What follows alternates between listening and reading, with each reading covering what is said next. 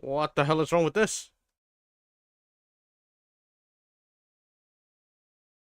Oh, okay. There we go.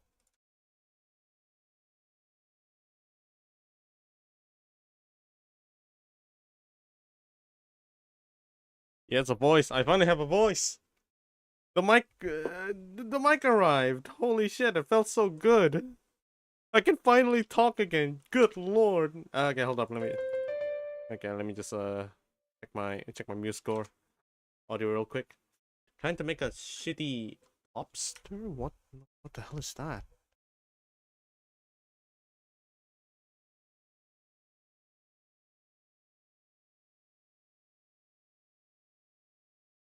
Okay, so today gonna try. Since this song is very repetitive. 5x5 grid where you put input albums. What the fuck? That is even more. That is even more confusing. Although I think I can see that.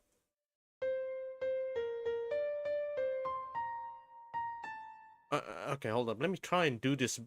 Do the melody by memory. 1, 2, 3, 4.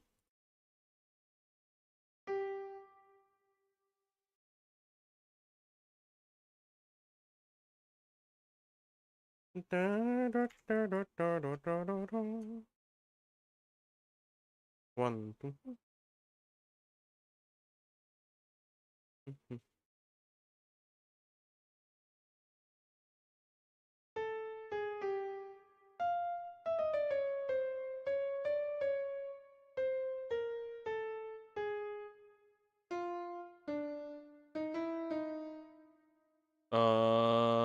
Okay, I think I see the problem here. I think it was a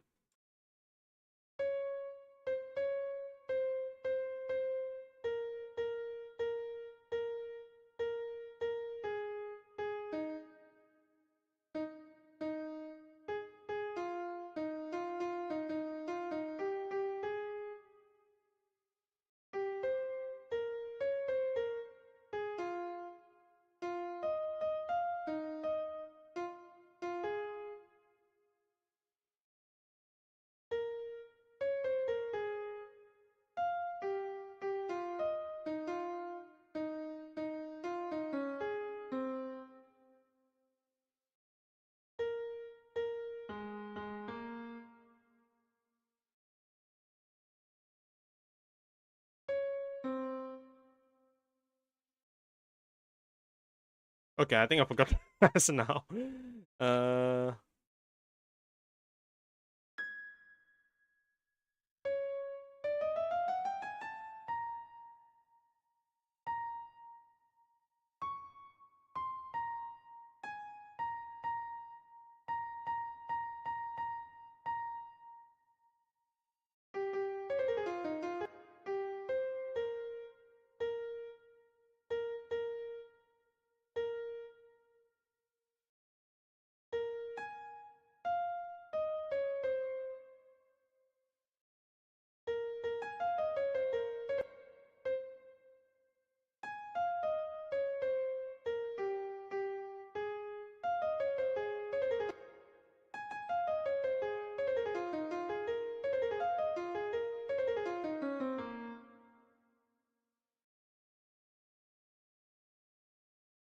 1, 2, 2, 2, 2, 2.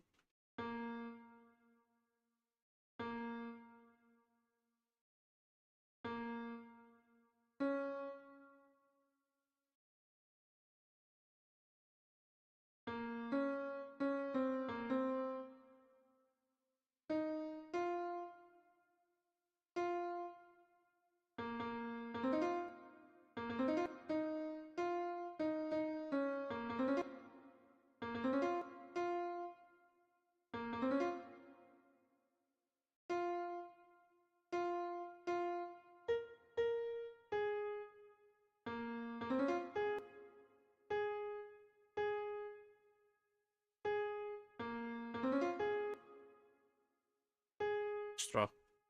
And it's probably here.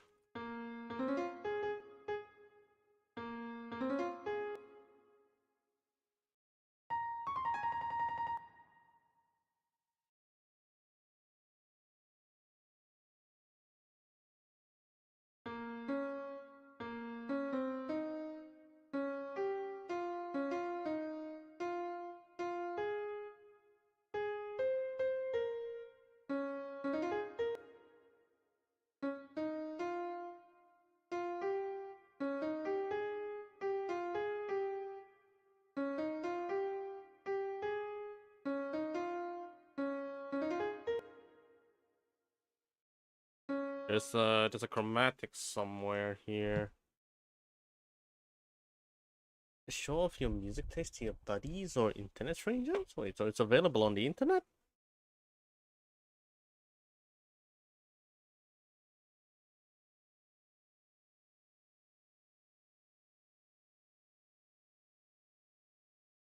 Okay, one moment. Let me just do a little bit of checking here. Oh dear, it's 4 minutes. Okay, okay, yeah.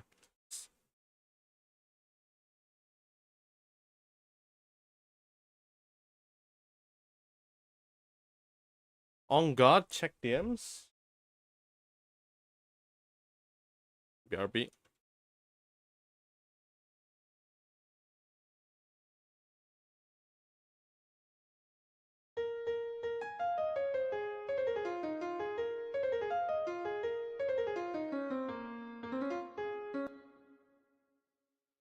This one's a little bit weird. I can't get my finger in.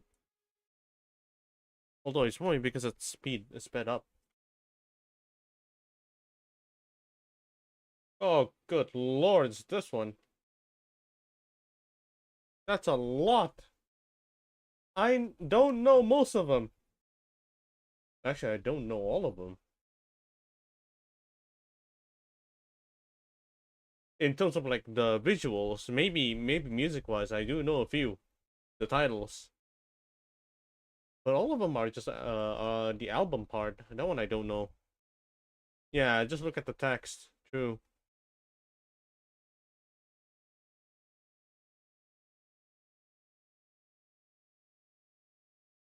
Classical is really hard for this.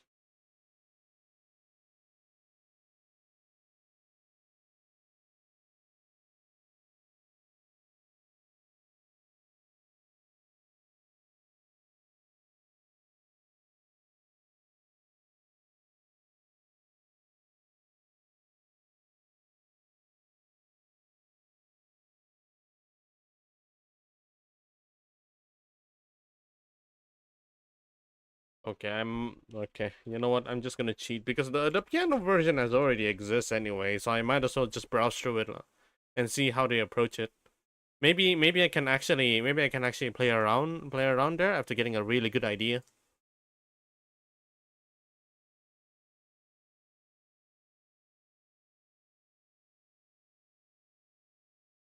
That's. Can you make yourself slightly louder? I think it's because I'm far away from the mic. Let me try increasing my gain.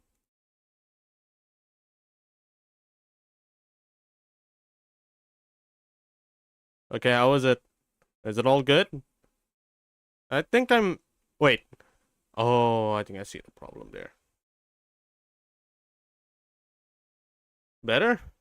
It's better now? Oh, perfect. I was trying to avoid I was trying my best to avoid the red part, so the red bar, so it doesn't like clip if I went to the VOD. But so far, if I'm loud enough for it to like all of a sudden mute, just tell me because I actually can't tell anymore.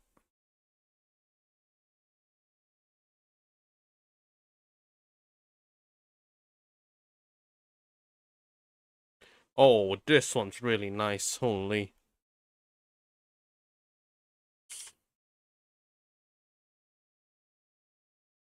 Okay.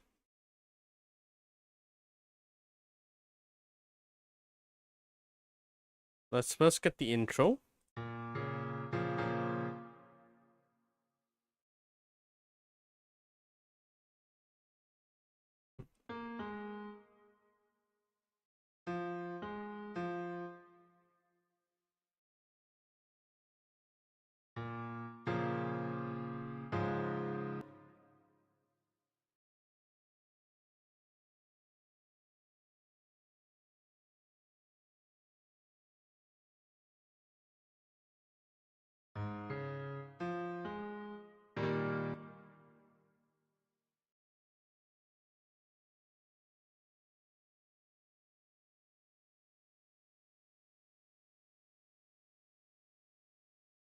Uh No, that is not correct. I don't get muted, do I? If I speak loud enough? Like, I have the noise gate on just in case. Like, I don't want to, and I don't want to have any like a huge background noise all of a sudden spiked up like crazy. There's a chance my doggo might actually do the thing where it howls like crazy. Nope, all good? Alright.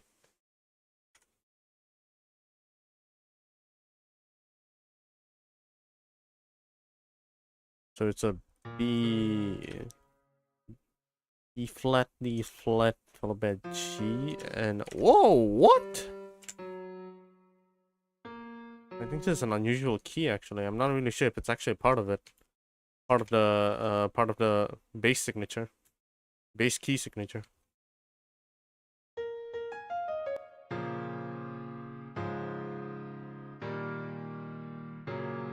Yeah, that is very unusual.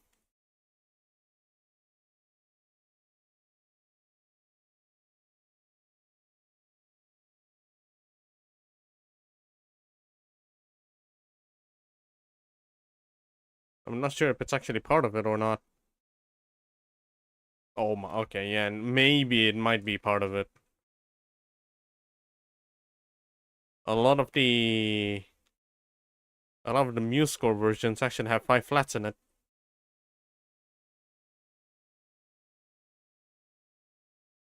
Oh, this one's even worse. Never mind. What the hell is this? 1, 2, 3, 4, 5, 6, 7. Why are there 7 sharps? No. How about you? Yeah, it's 5 flats as well. Okay.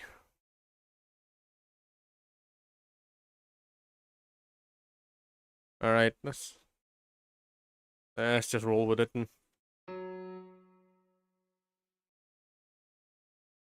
Yeah, because honestly, I actually don't know the... I fucking knew it. Oh, dear lord.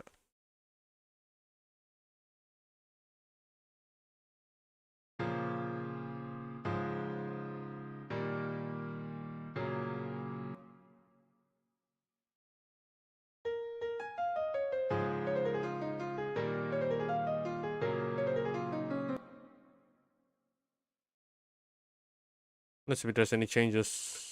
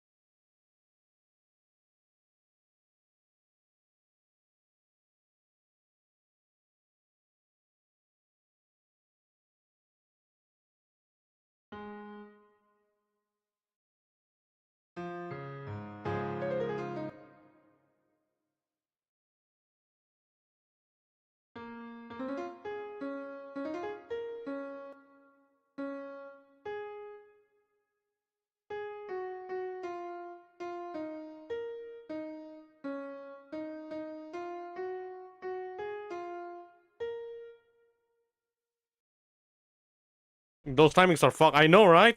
But I can't tell. Like, where's the problem here? If I move this just a little bit...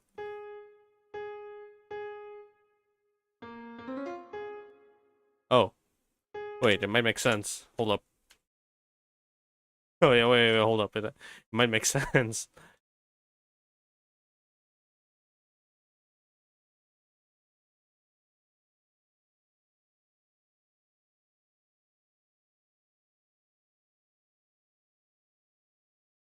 Let's try and change it to 110 real quick.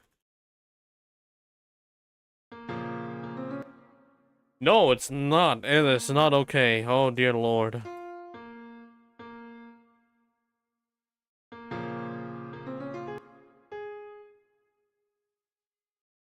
Somewhere here there's an extend.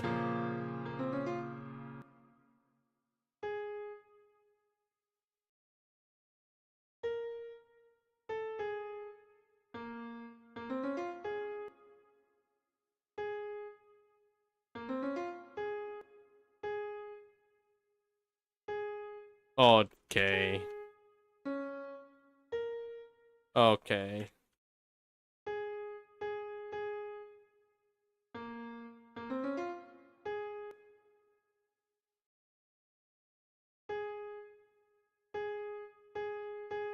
It's this one. What the fuck? It's a dotted eighth.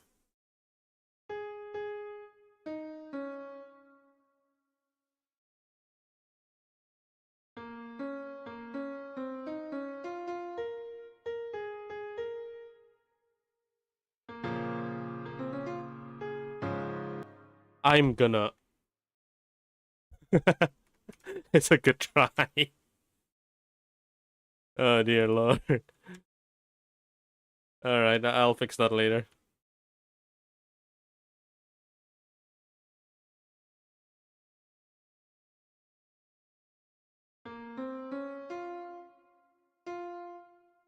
No, it's disturbing.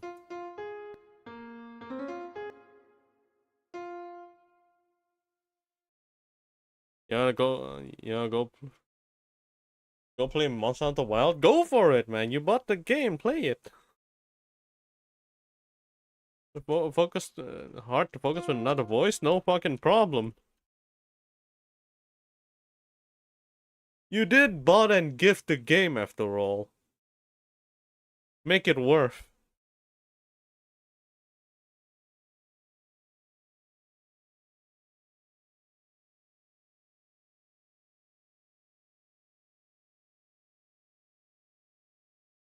See you later. Yep, have fun.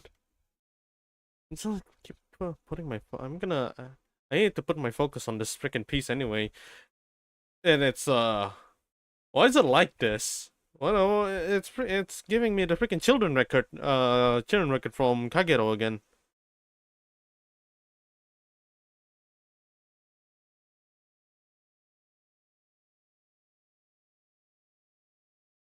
All right, I'll start with the hard one first then.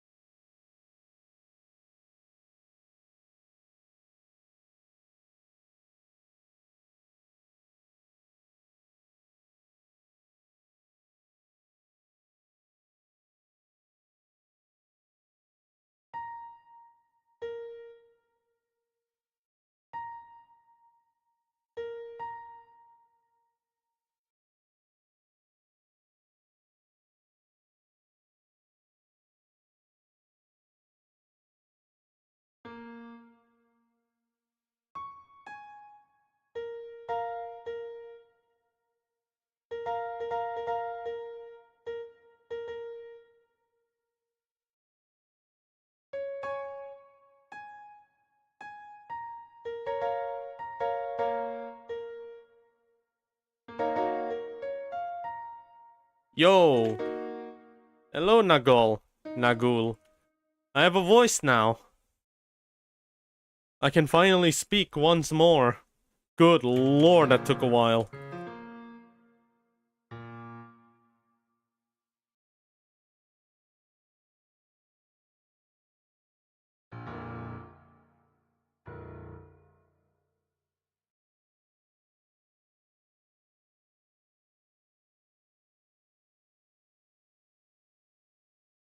Okay, so the challenge here is that I'm not gonna listen to the playback. Mic is a good change. Yeah, I've been using this headset mic for a while now, but apparently the PC couldn't detect my voice. Like it does detect, but it's such a it's very quiet. So I ended up ordering a mic for it to fix the problem. But yeah, I got myself a really nice mic. So now I can actually express my thought and just stay in despair for whatever the hell I'm gonna be making this one. What mic did I get? It is Well, it's the cheapest by far because it has a discount. Is there is a Razer one? Yeah, it's a Razer mic, the Siren Mini.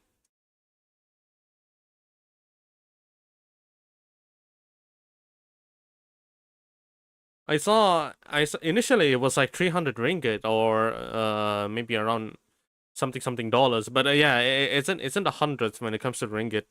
But just found out that there is a discounted price which is like 2 digits. That is insane. I actually went and bought it immediately. Ordered it immediately.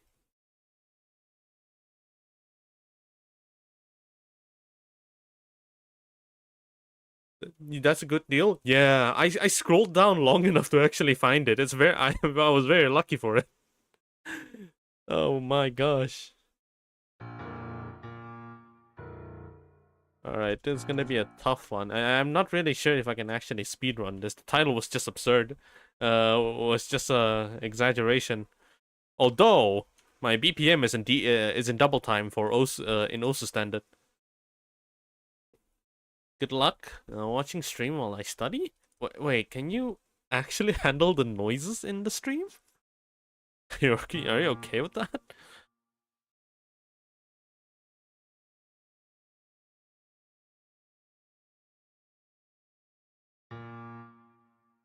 All right.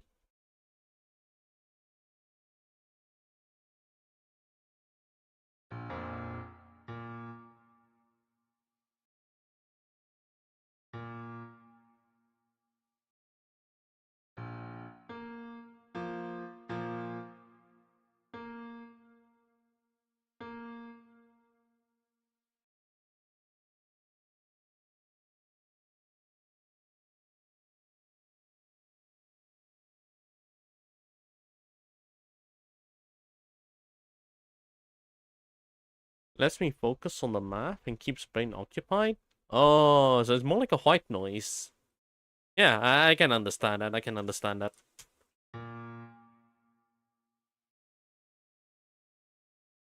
I do that too.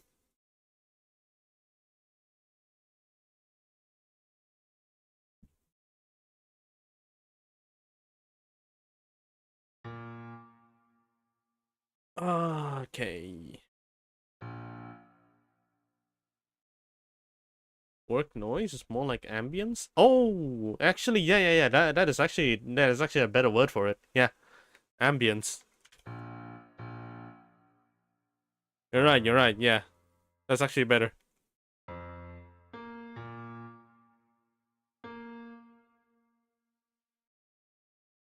So it's gonna be it's a B flat minor.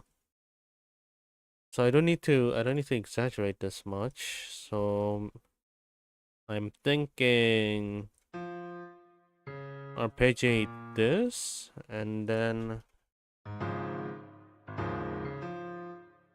so this one is the it's a flat major.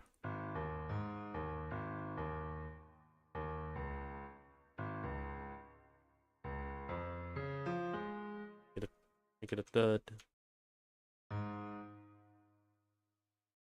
And do the same.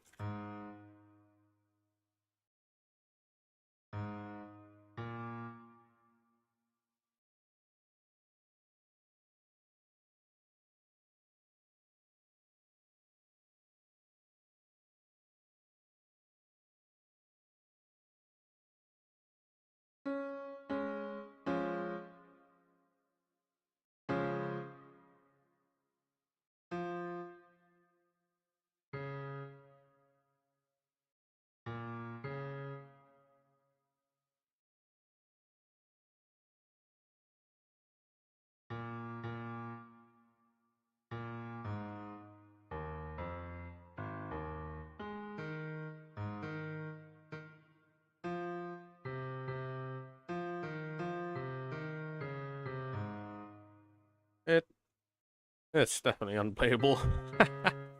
Okay.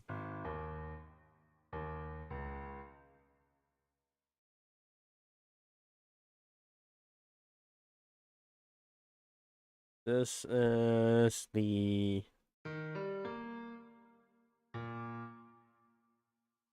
Oh wait, it's inversion. It's an inversion. Hold up. Let's see. Okay.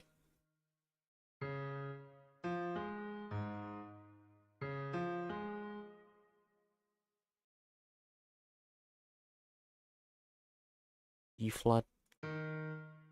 This one's just E flat. It's E flat major. That means I'm not supposed to use A here, actually.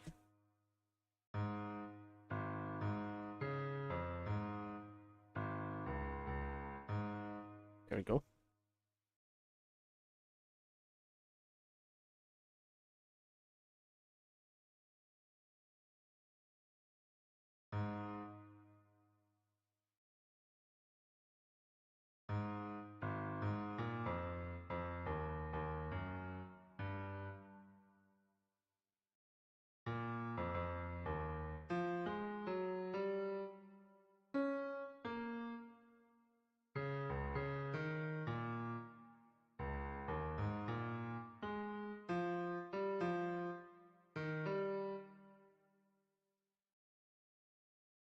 Bro, try and nightcore this shit? Hell no. No, I'm definitely not. I'm making it DT so it's easier for me to listen to the playback without any issue. Like it's easier to keep track on the progress, a lot faster in fact. But I'm not really sure if it's actually effective or not. This is actually the first time I tried. What do you mean what?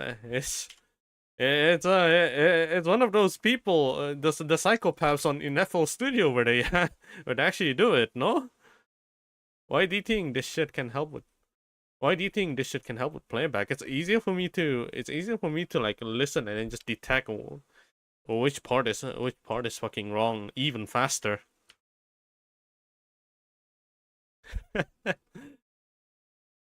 Not gonna lie, I actually did that on one or two songs. Oh, okay.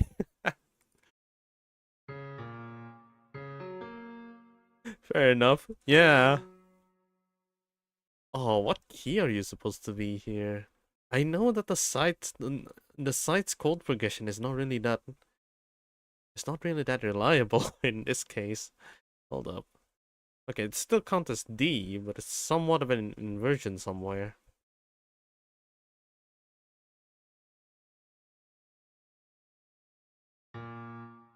Okay, I just need to remove this. And I found it. It's actually a G flat major. Okay, it's flat major.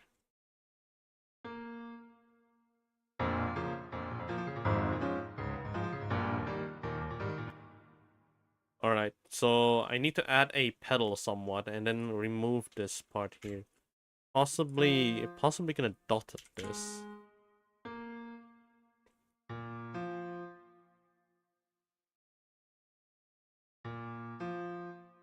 Me when I DTing those 200 BPM songs.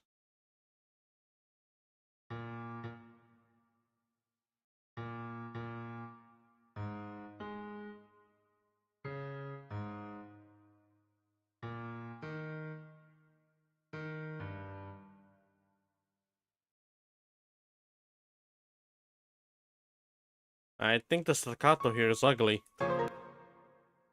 Yeah, it is kind of ugly.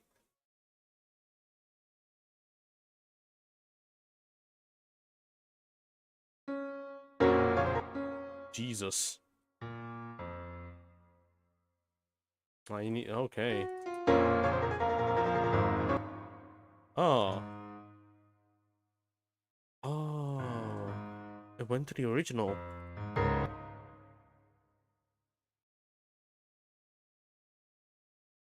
I want to do a collab? I would love to. But maybe after I reach a certain amount of song threshold. There are way too many songs stuck in my head right now and I want to get it all out.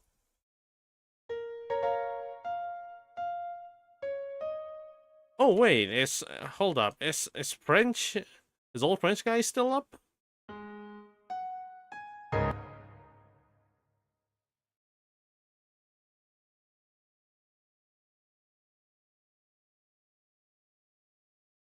How about we do Tengaku?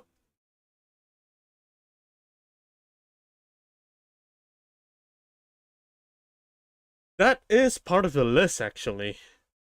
Good idea. That is actually part of the list.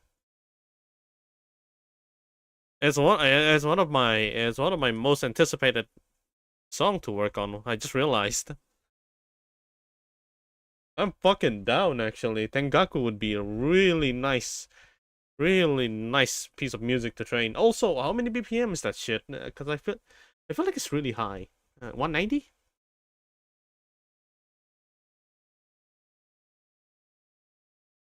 232. Huh.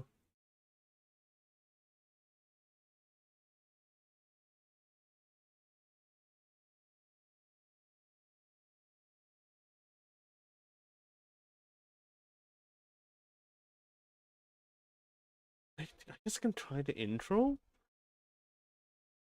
It depends. It depends. I'll see what I can do. I'll see what I can do. Although maybe there are some really interesting parts that can actually catch my attention. In fact, fuck it. Let's go and listen to it first.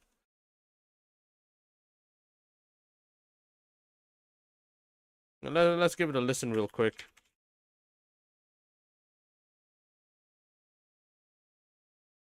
Oh wait, which version are we gonna go? Is it the normal Miku version or the one from Wagaki Ben?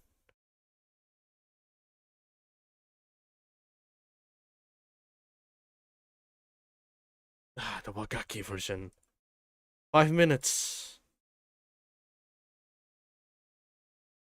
Oh, if I focus hard enough, I'll be able to do it.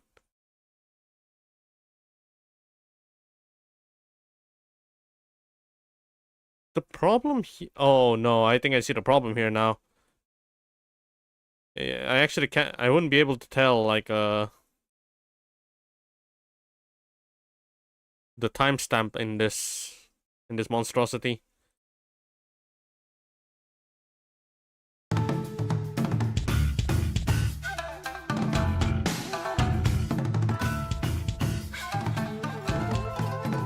The bass is possible. The bass is completely possible. This one's easy. This part is very easy.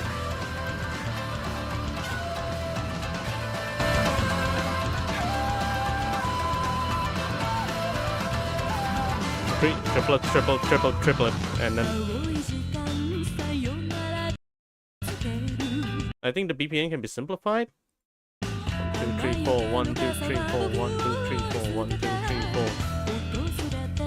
4. Actually, what does 232 BPM sound like in rhythmically?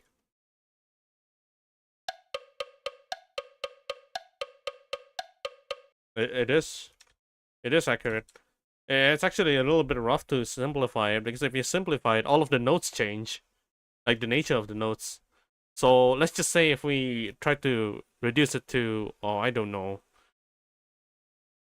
half of the value. So it's gonna be 116.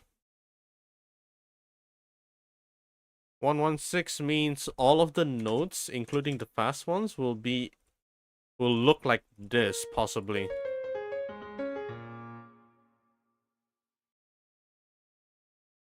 Which is low-key an abomination, actually. Let's just stick to 232 then. That's half?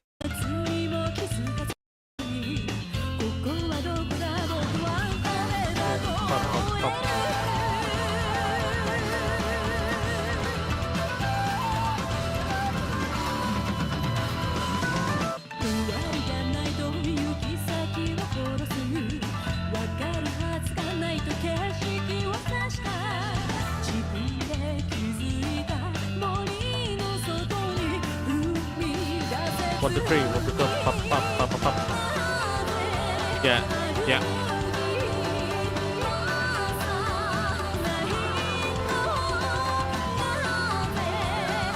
The shamisen is maintaining the beat as well as the drum, alongside with the drum. So it'll be easier for me to like transcribe this part. The only problem is the kuzang and the flute is like hitting, and the shakuhachi is really hard to detect.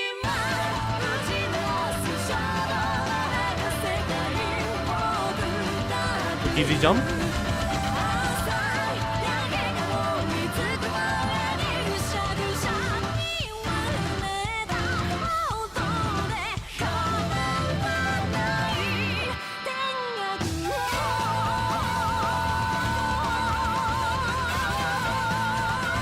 The scary part here is that it's actually humanly possible to play this on piano.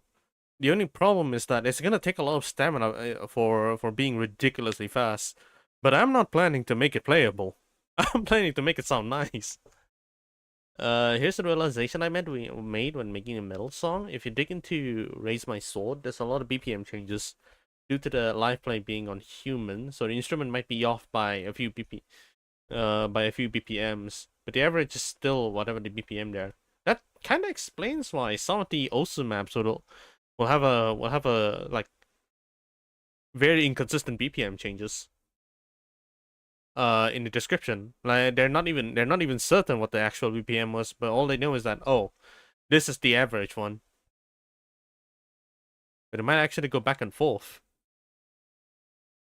It's only small amounts though, thankfully. It's not really that crazy just yet.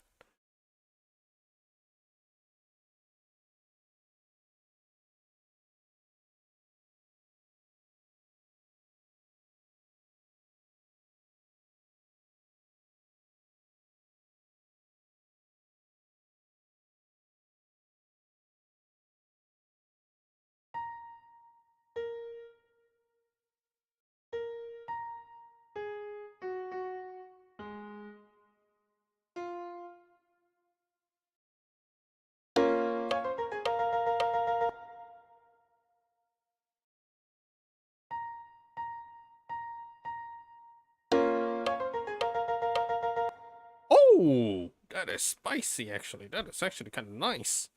Okay, so what if I just, okay, let's put MF here and then put a forte here. I can fix that later. I can fix that later.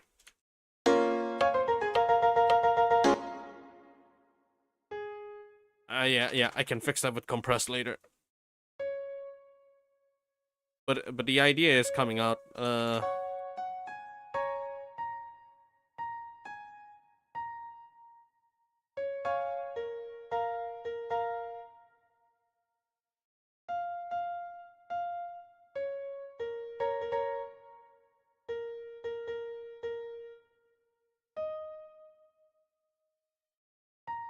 Just to make these parts staccato a little bit, and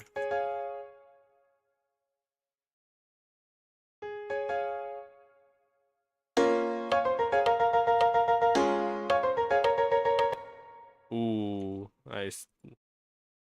Okay. This thing needs to be the same, but the problem there's a problem here. E flat and F are sharing. The only thing changes is the B and the A, but the changes are so subtle that it sounds the same no matter what. You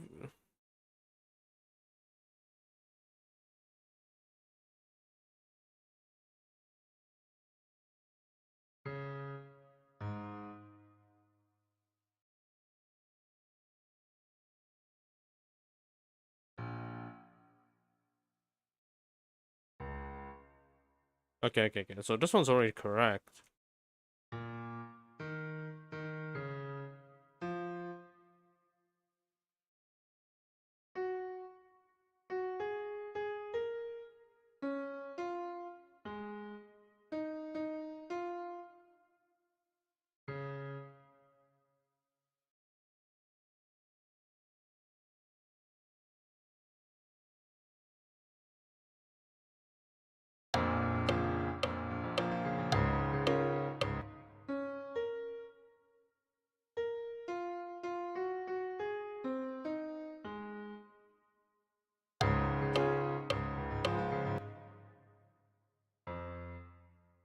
MF. And then F over here. Let's just hide this. Gotta get the design out first before actually moving into anything. I think I might actually have to sacrifice playability. So is oh or I could just do that. What the fuck? Huh.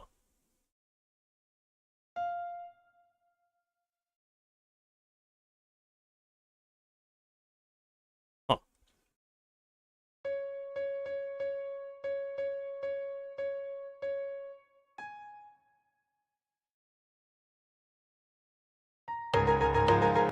Okay, that is a good one. That's a good design.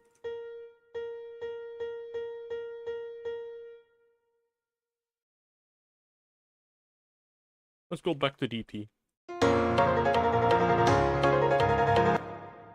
Hmm.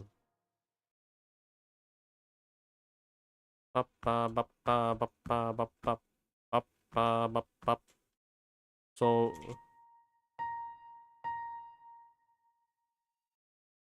staccato, no. Staccato, and then no, and then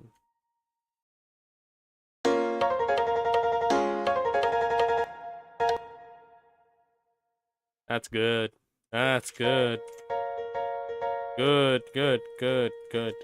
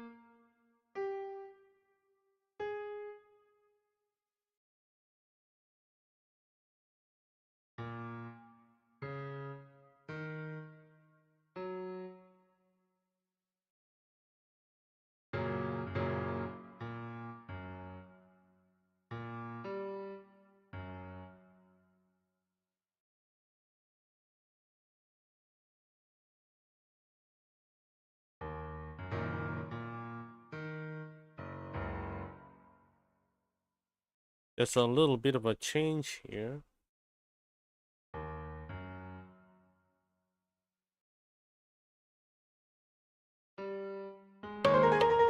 That is not what I wanted to press.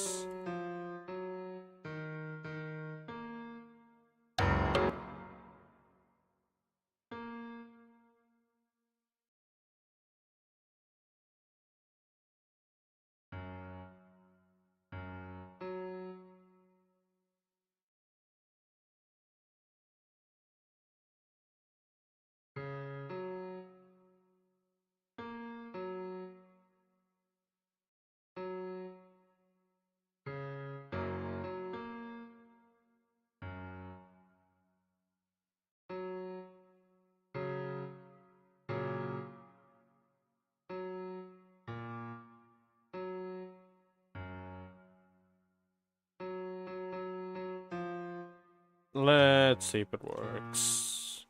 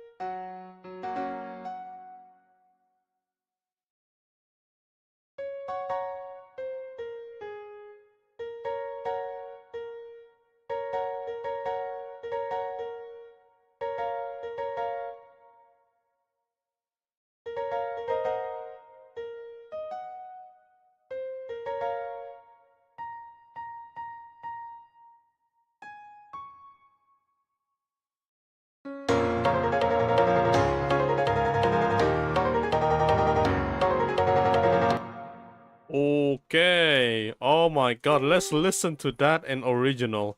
Oh, oh my god. That actually sounded kind of nice though. Hold up. I'm actually kind of excited for this. The fuck? Hold up. It's working? It's actually working after 5 years? Wait, was it 5 years? I started also around 2018, 17. Jesus Christ, it's been that long.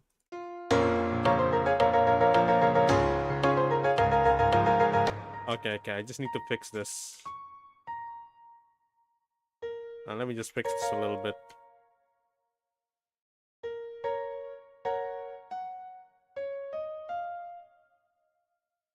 So slur these.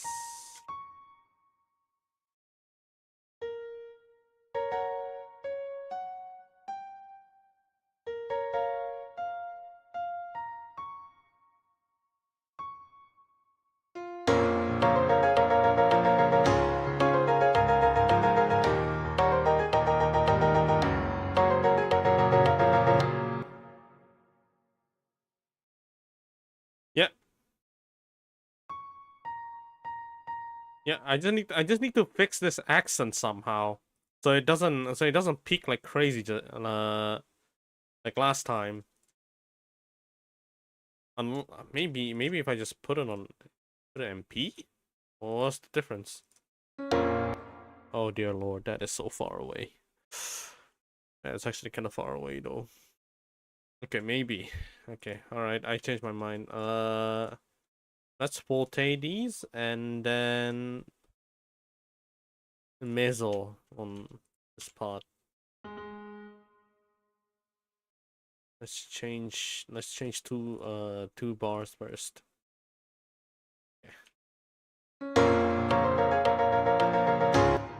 Sorry. Let me remove the accent.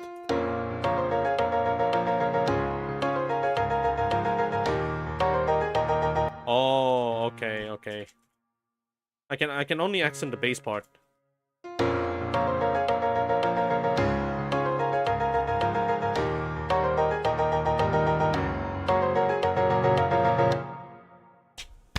Ah, that's so good.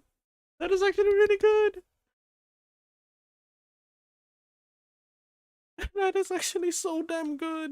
Holy fuck. I can't believe it. I actually can't believe it.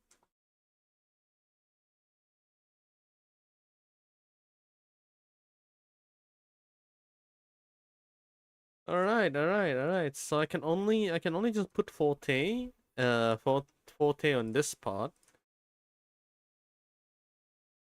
And then just follow it up with a mezzo. Just make it moderately loud. Although I can just remove this and then let the top section of the whole thing be consistently loud while the bass part is just slightly softer.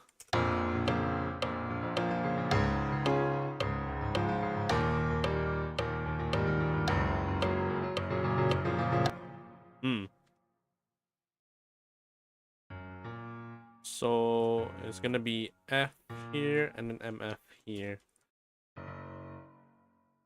You can hide it. Go. I also want to hide the rest of the elements as well.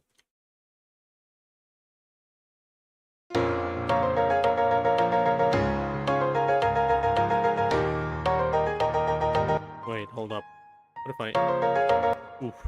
That does not sound nice.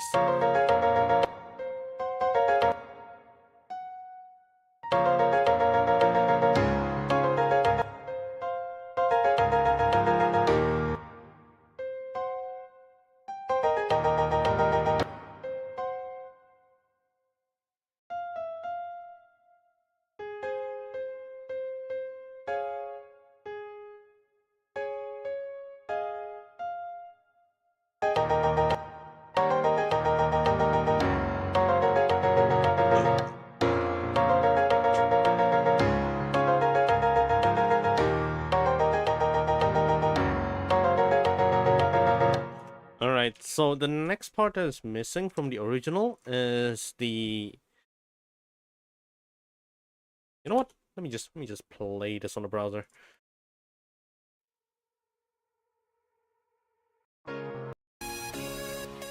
So the only thing missing right now is the big beat, the big one. 1, 2, 1, 2. It's a huge kick. I can try and accent this one if I want to emphasize the kicks though. Because 1, 2, 1, 2. 1, 2, 1, 2, 3, 4, 1, 2, 3, 4.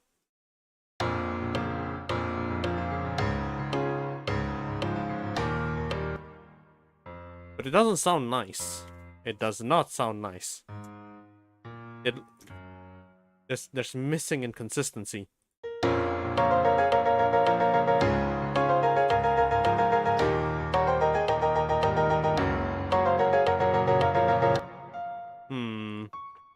Maybe I'll try and give all of these a mezzo forte.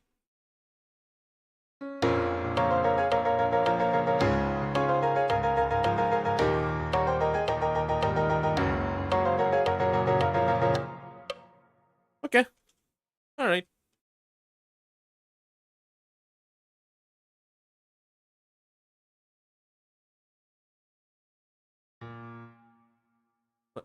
Is it going to be the same?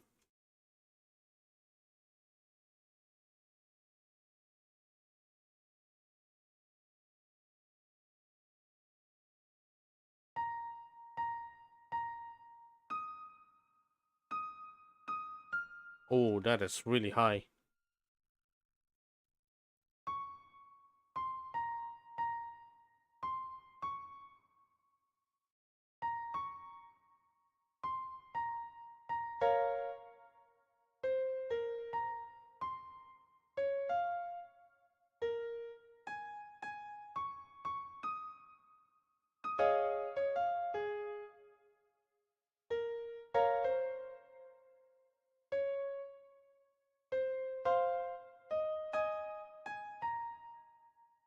That's really high.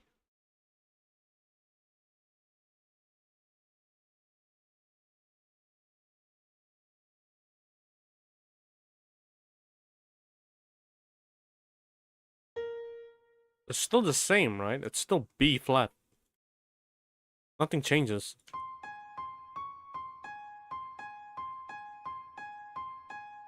Eh. What am I doing?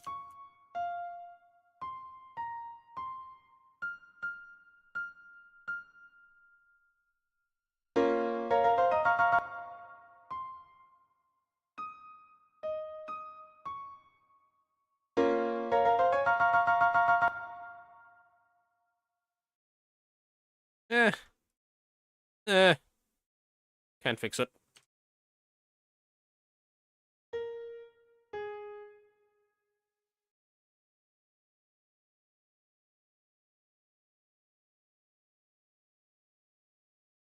What happens if I drop it?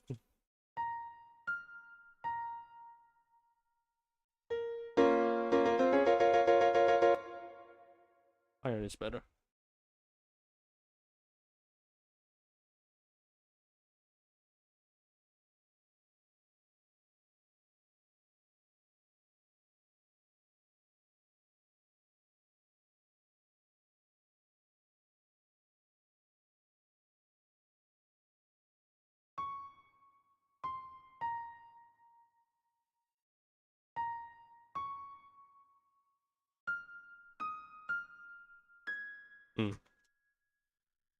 So it's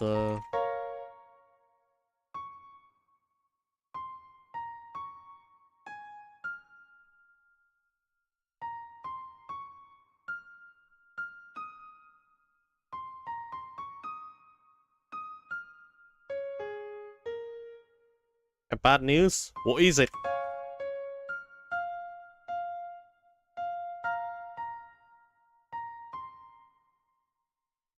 What is it? Embraced by the flame? What is that? Embraced by the flame. Okay, hold up. Let's listen to it. Embraced by the flame. We're on that corporation. Oh dear.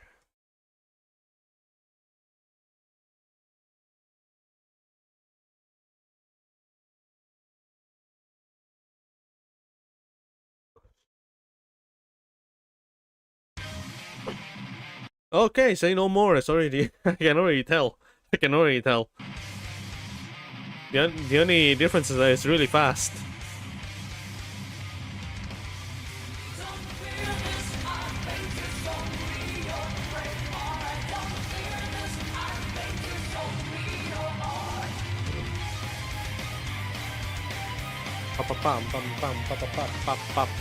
One, two. 1, 2, 3, 4. 1, 2, 3, 4.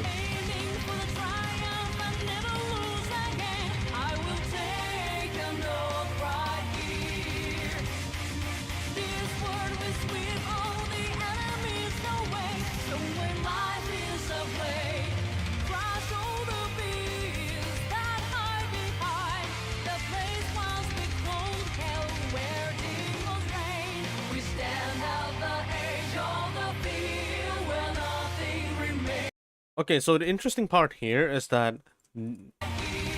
the constant tremolo of the drum, you can have the choice to remove it, or you can have it like you can have it as soft as possible being played on piano, like as soft as possible in the backgrounds, so that it's actually convincing. You don't need to arpeggiate it, you just have to do an octave spam. You just spam it.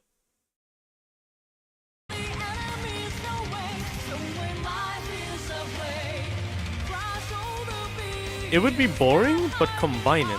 215? Oh, no, 215 is actually not bad. Ah, this part. I'm very well familiar with this pattern. Dot dot dot dot F dot dot F dot dot F dot dot F dot dot F.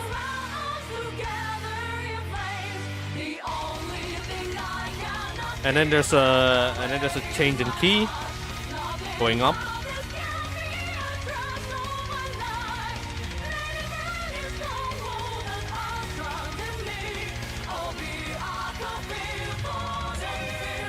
And then it changes back to its normal key again. There's some modulation there you can actually play around.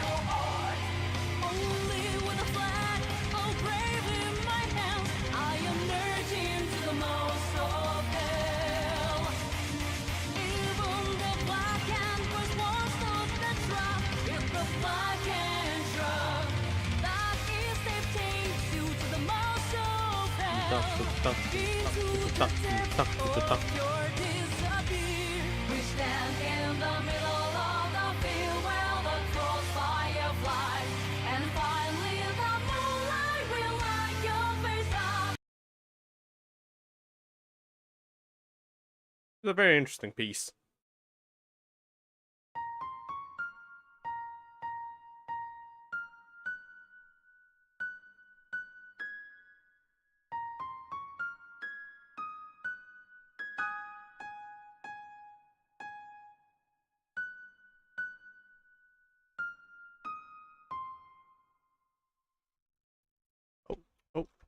Oh dear, what happened?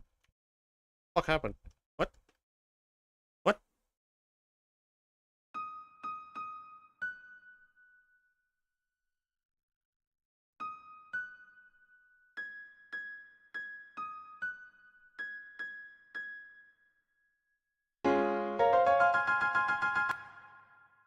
Okay.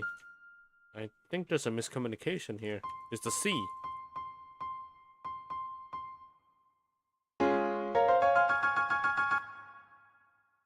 Alright.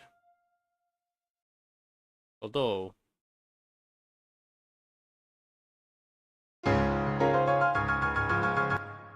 Hmm...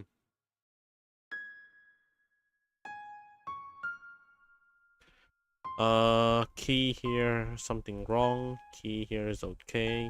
Key here is okay. It's also fine. This is also fine.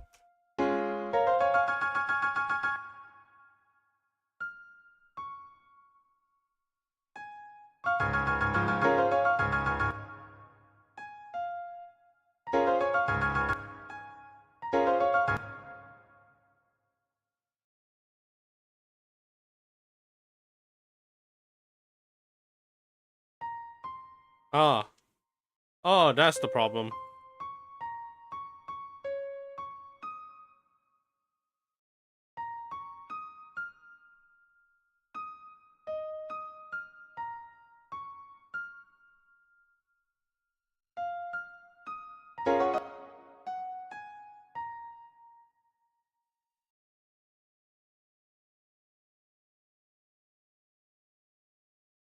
Oh, shit.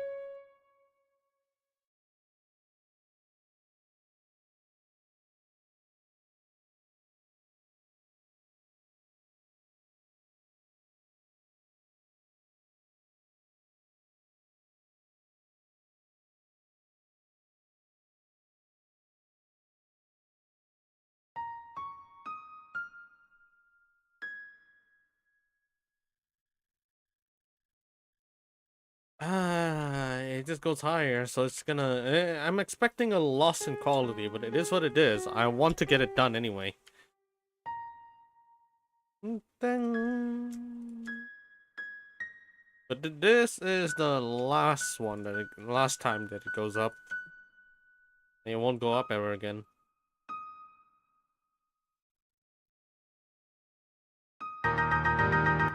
Oh, it sounds very holy though. Never mind. Take that back. Kind of nice.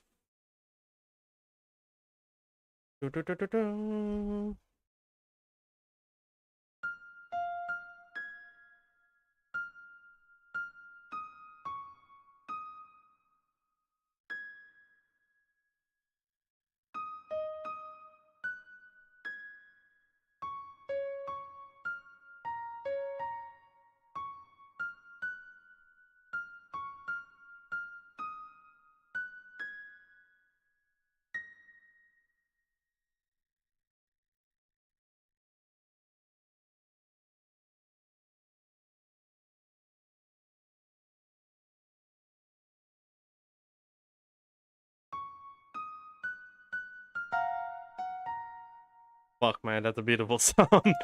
Oh my god, that's such a beautiful sound just now. Man.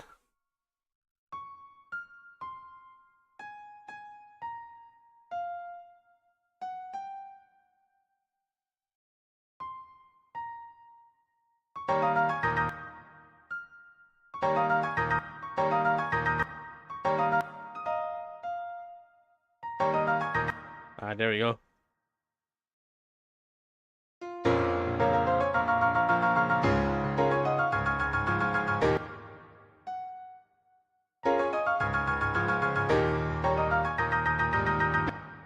Oof, oh my gosh, that's very strong.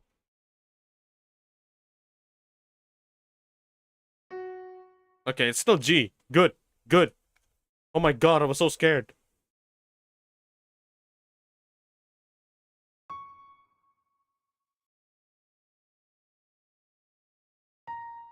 Okay, so this part here, just gonna remove these two, make it MP, but make it MP with a little bit of a put an MP over here, and then make sure that there's a mezzoforte on this side.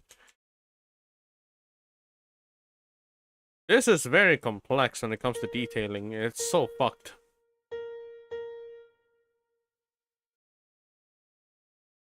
So I hope this design actually works here. I also want to do the same with the. I also want to do the same with this one.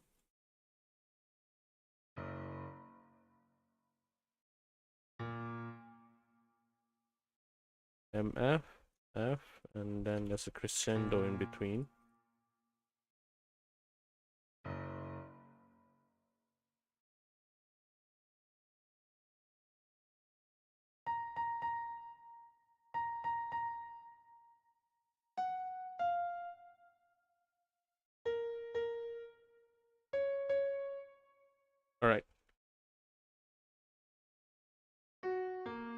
I remove this.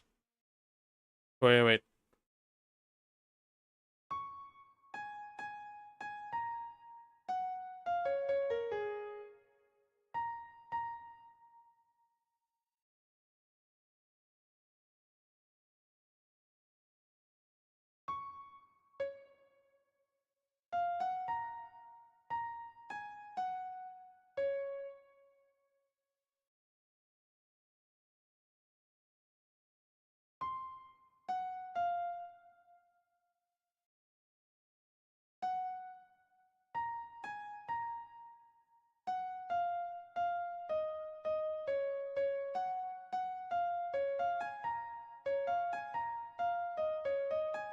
Ah, there we go.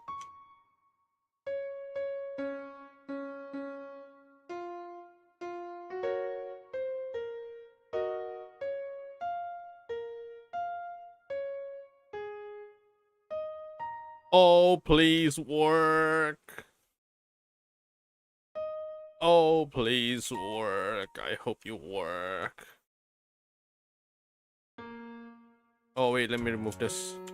Hold up.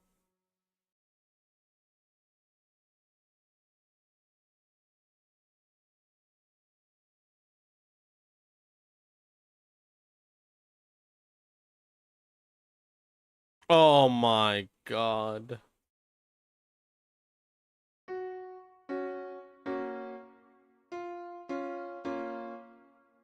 Oh no, I just realized my mistake.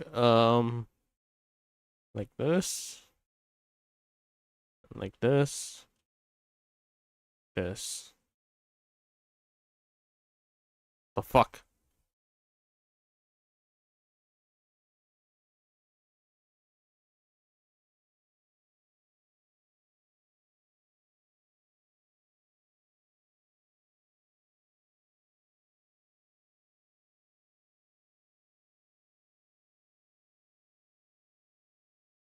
Alright, here we go.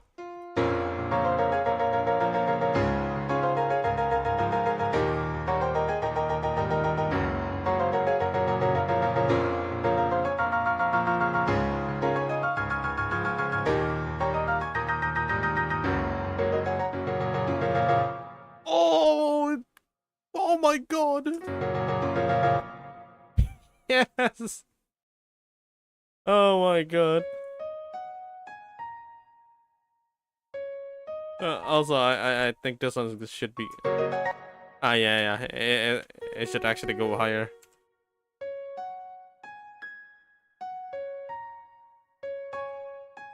Fucking hell, man. I was so scared.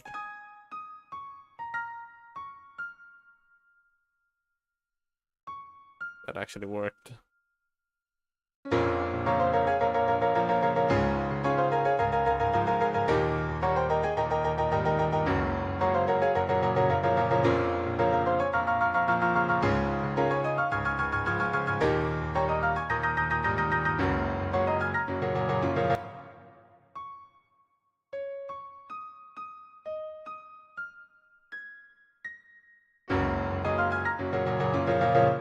Hmm. Oh, yeah, that's so nice.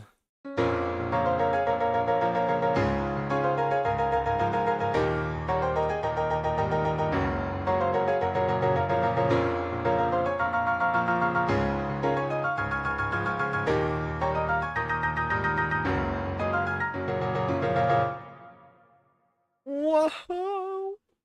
Wow. Wow. For so many years, it's finally working.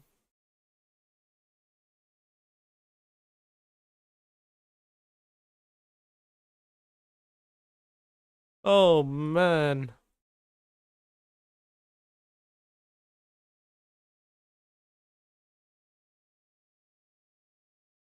Bro, sound like a cat. Man, you have no idea how excited I am. I'd rather be an excited cat than a freaking Honkai Star El Hule Dogo.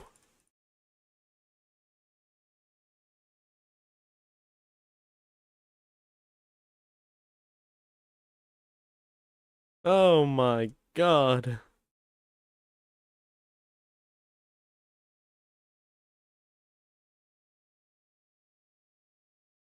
You know how this feels like? This feels like a freaking childhood dream come true. Even though I don't listen to it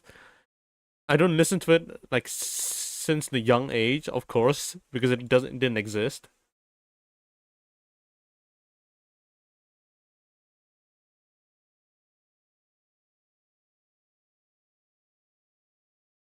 Oh my god. Oh wow, that was worth it. That was totally worth it.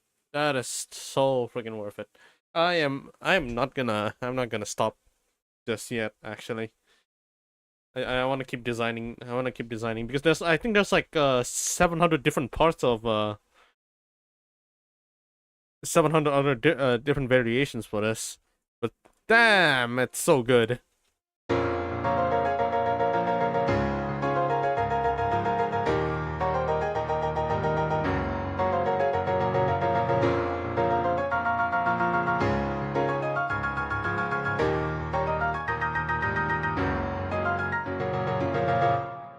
Now for the next part. Ooh, spicy. But it's still using the same formula, so I'm not gonna change the base just yet.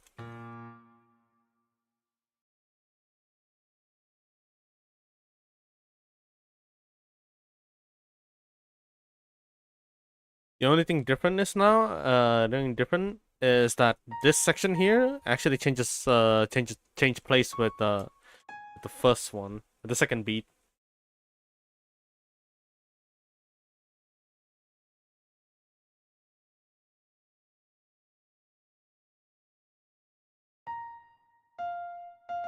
This time it's F.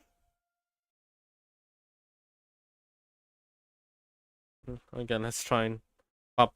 Dun, dun, dun, dun, dun, dun, dun, dun.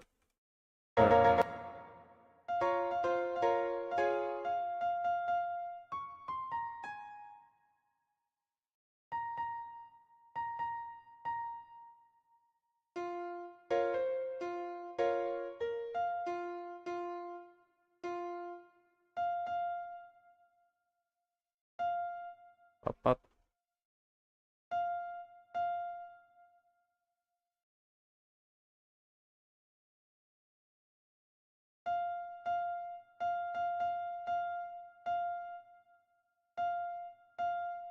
Oh.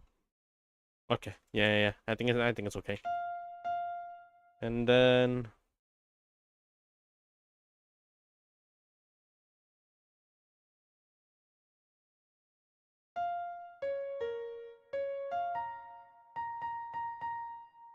Oh, this was weird. I'm not really sure which position should I go. Okay, it's definitely this one.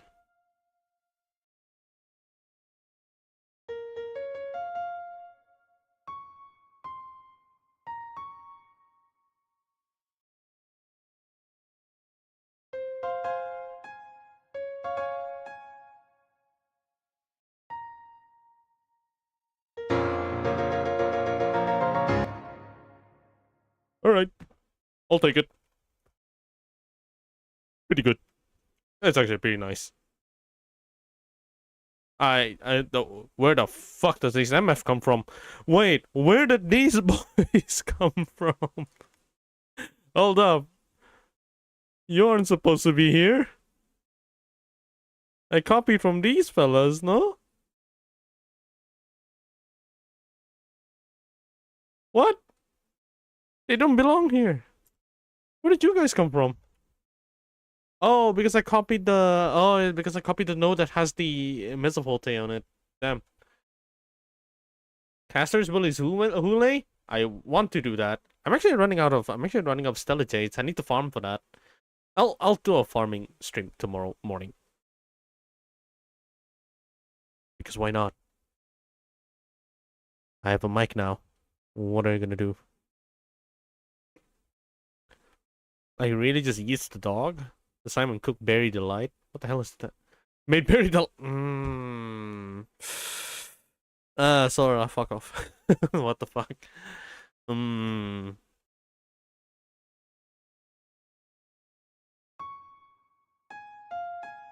This time it's an A.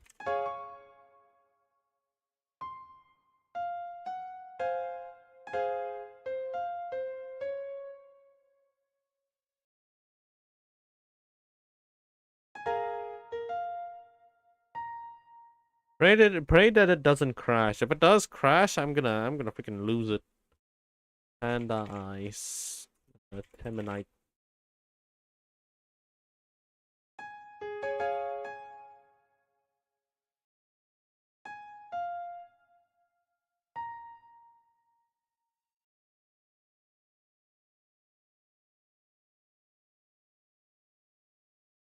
Oh, I see an idea here. So every second beat there will be another kick. So instead of hitting the kick on this part, what if I actually louden this section here just a little bit? Let's see if it works. No difference, but yeah, I guess it's kind of noticeable. Or is it because I have... Why? Oh shit, I have too many Fs.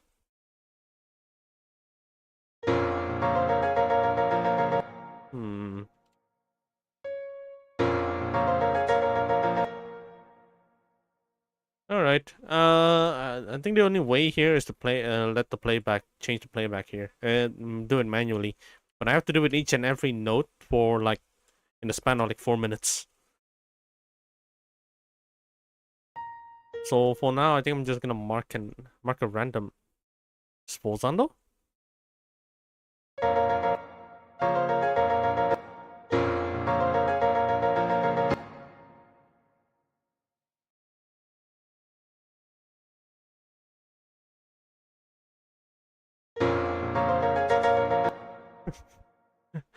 Okay.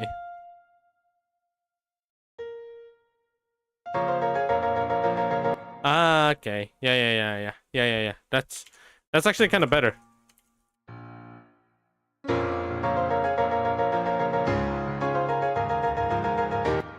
It's not that noticeable. It's not that noticeable, but it's actually really good to emphasize the second beat.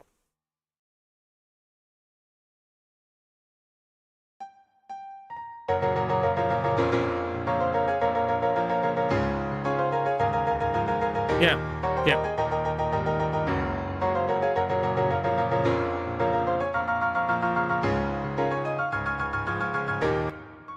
Yeah, it works. It really works.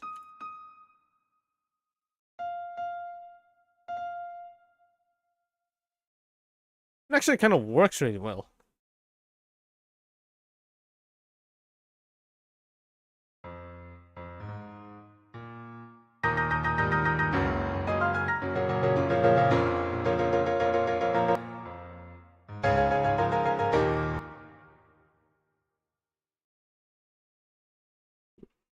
So now I actually have a template for this one.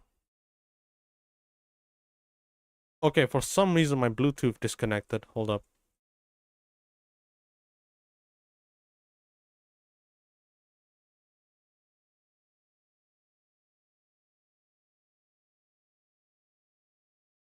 Fixed.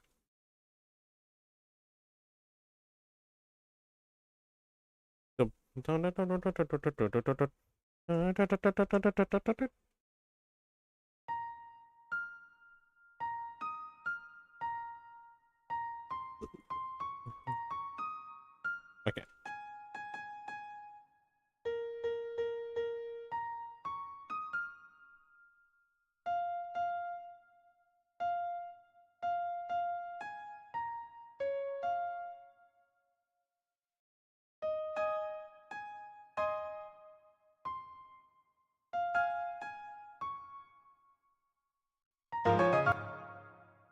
Hmm.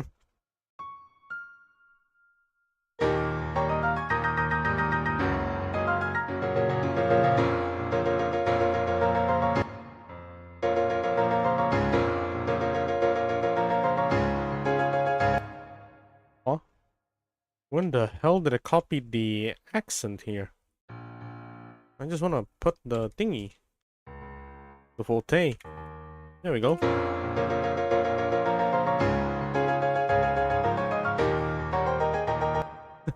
Whoops. Let me fix that.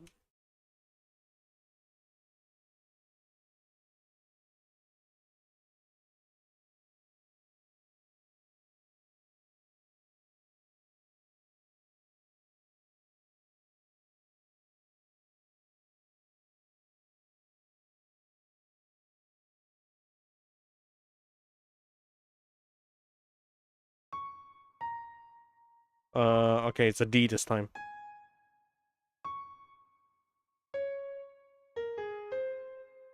Sorry, it's not a D, it's actually a B.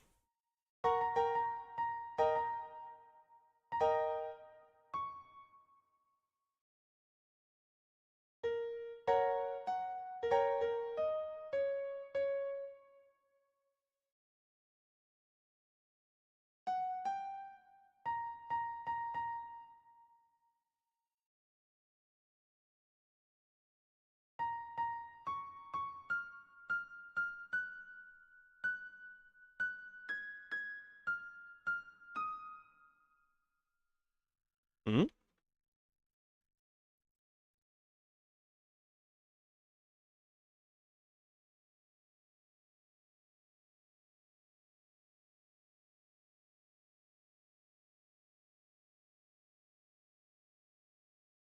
Bluetooth disconnected again.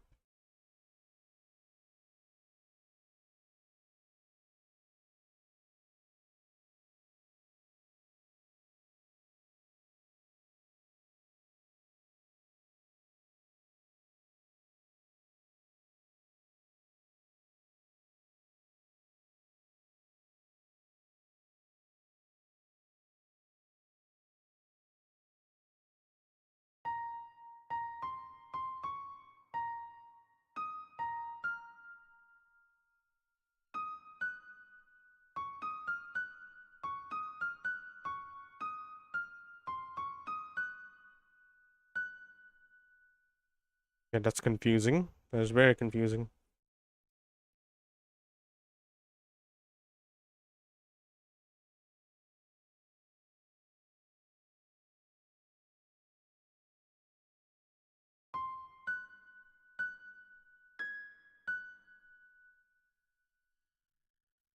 Very confusing here.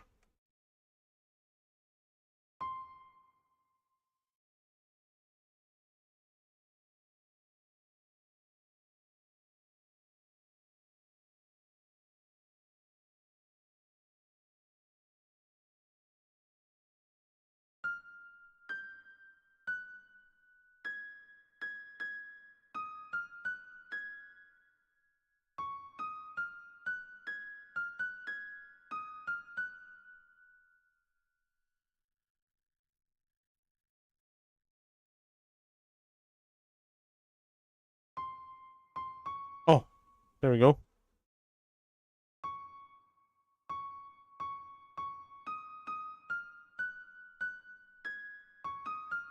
There.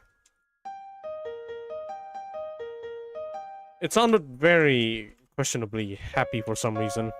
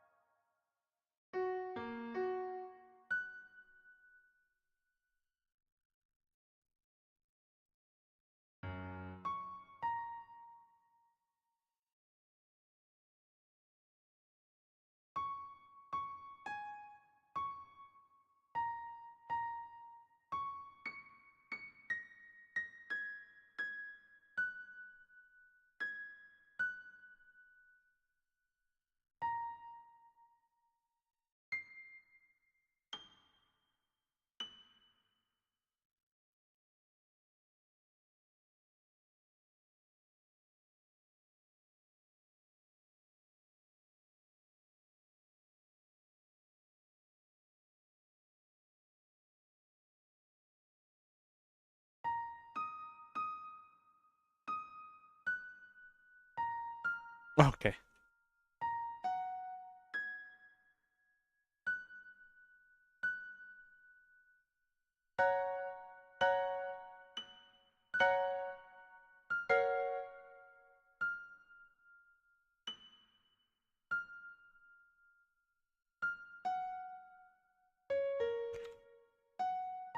That is so questionably high.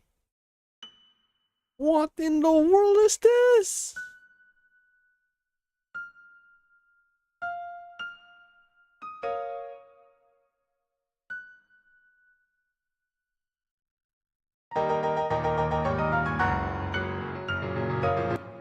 What the hell?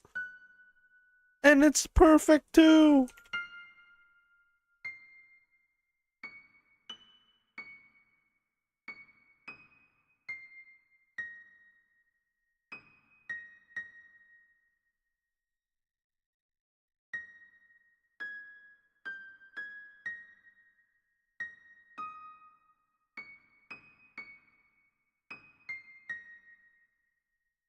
Okay.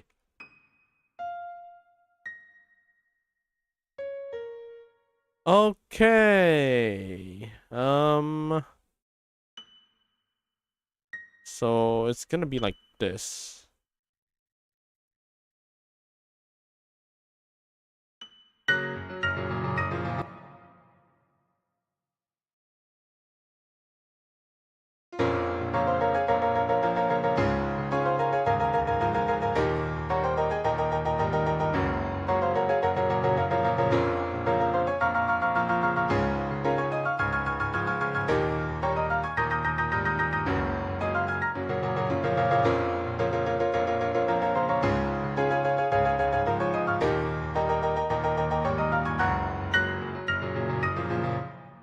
Hmm. Yes. Yes. Yes. Yes.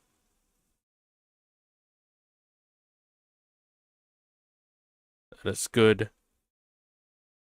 I think I'll take a break. I think I'll take a break after the first half, and then maybe I can try the next one.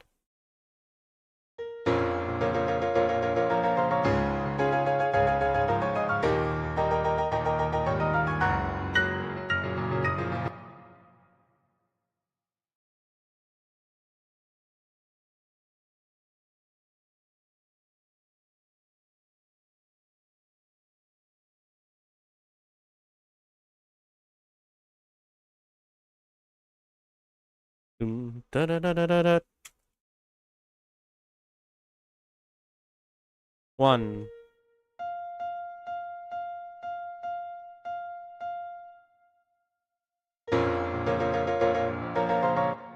Yeah. So there's no difference actually. Never mind. There's no difference on this place. Oh fuck, man.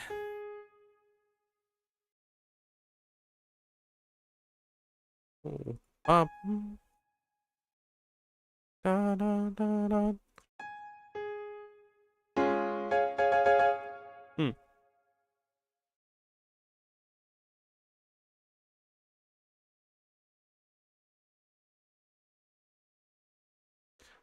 Da, da, da, da, da. Da, da, da, da, da.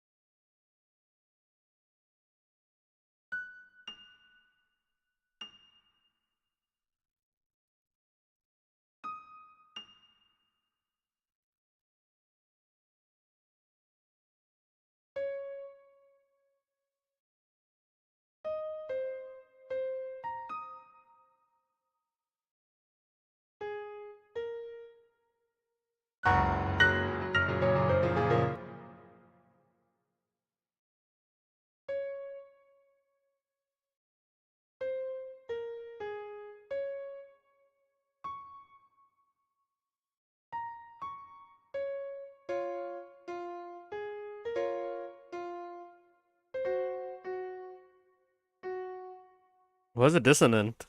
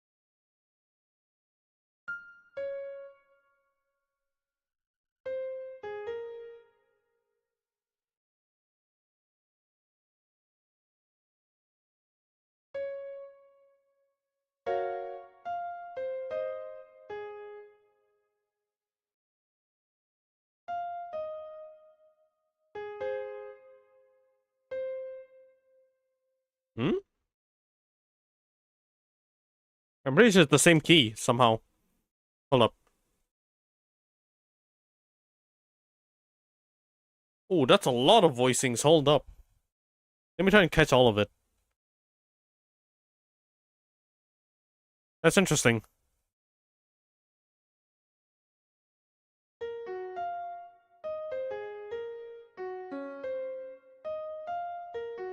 So the first one is this.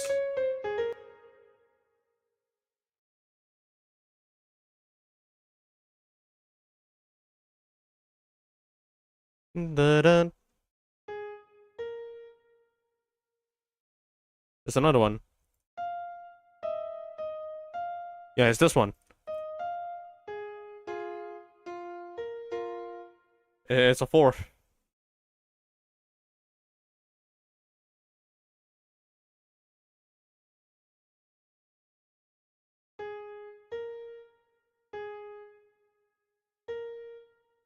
There's another one.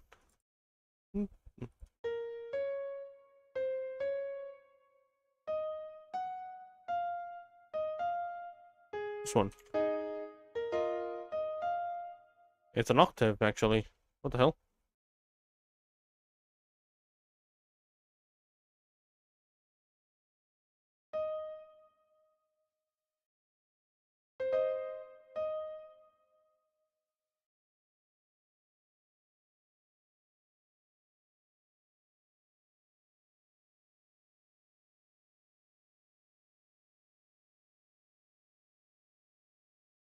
Interesting.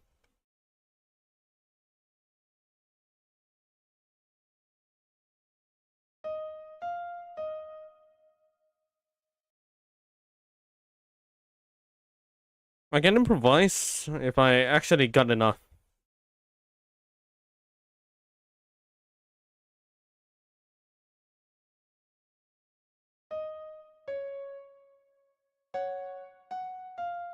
I think that's all of it. I can't find the rest at the bottom. It's a little bit too hard to listen to it.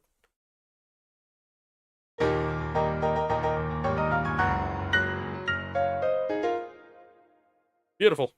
Beautiful.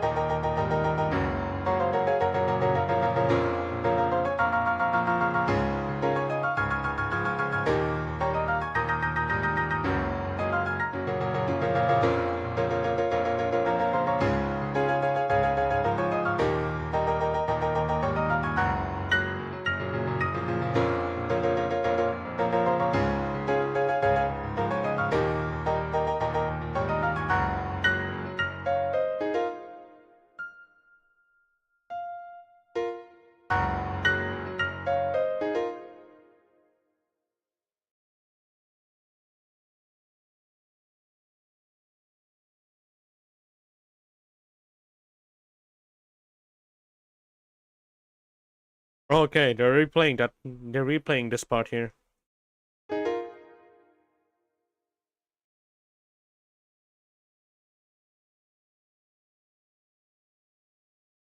All right. So I don't wanna do that. I don't wanna do that section anymore. I want to move to the hotter parts of the song.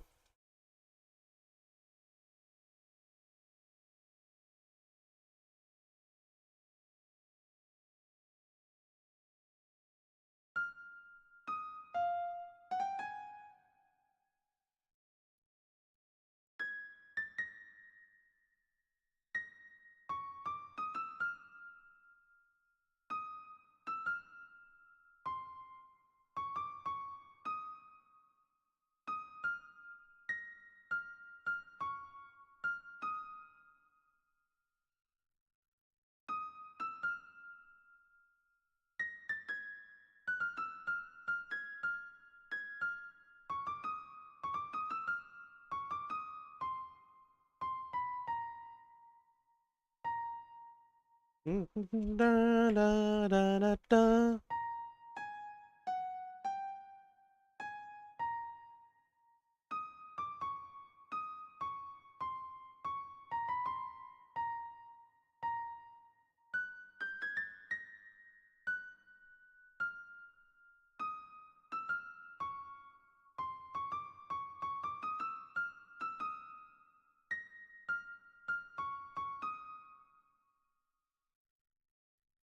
Oh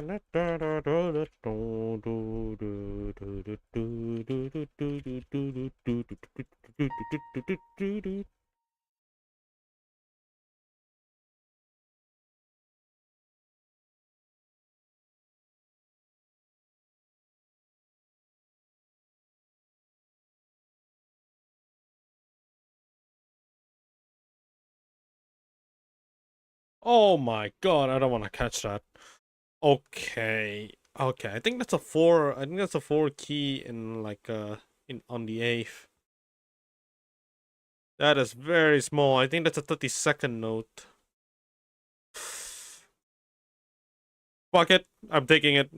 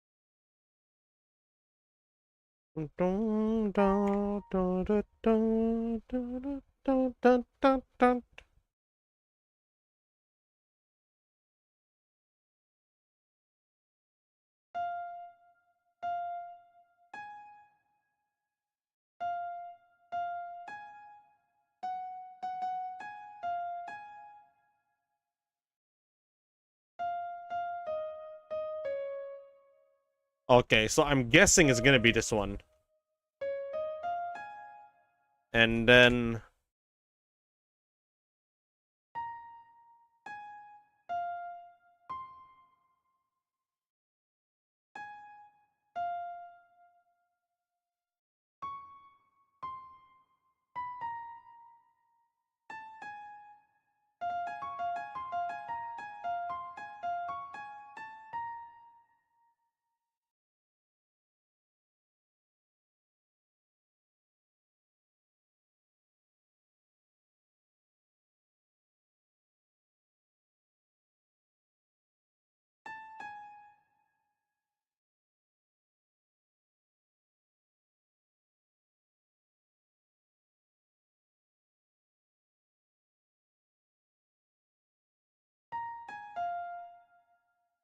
It's a lower register. I think that's kind of better. Although it might ruin this part here.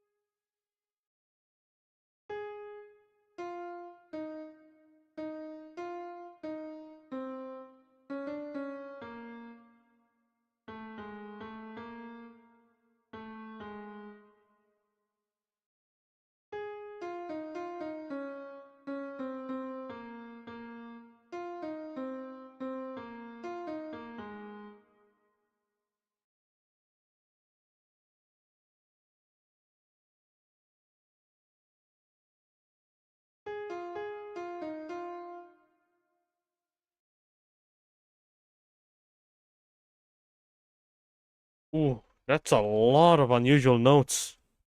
Hold up. What the hell?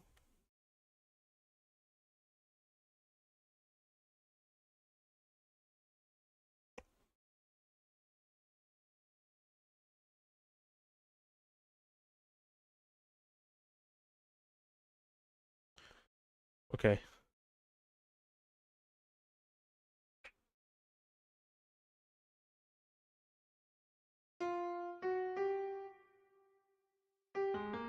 There's something changed here. Something changed. This one, this note here by right, it shouldn't go down. It's going up.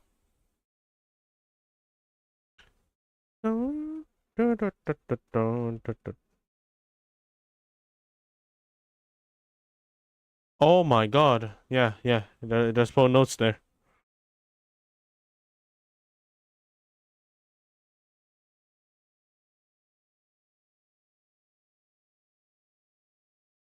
Okay, I can't tell.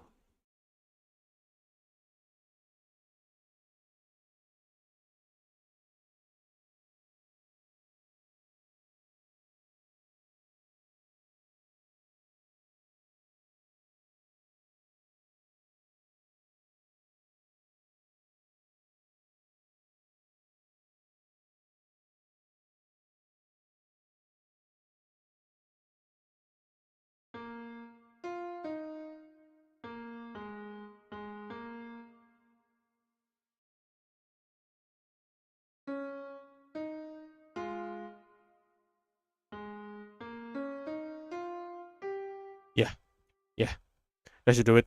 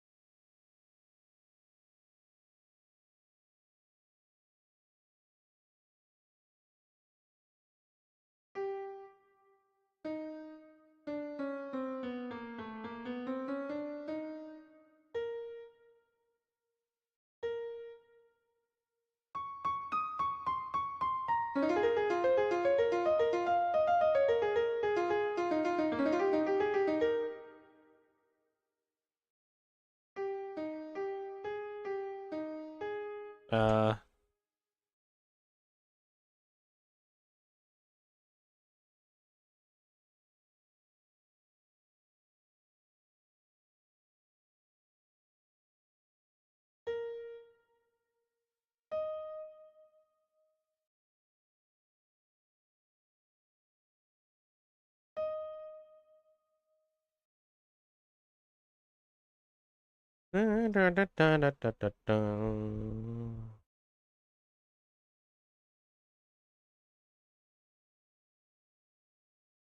oh, this one's confusing.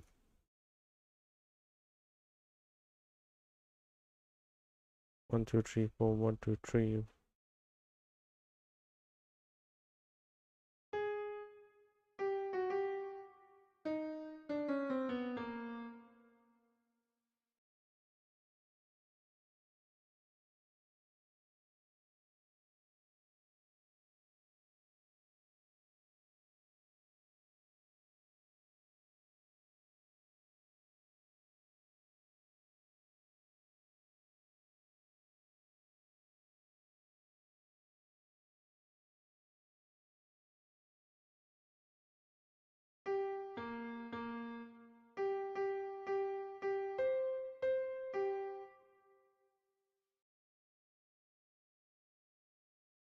But it's such a struggle?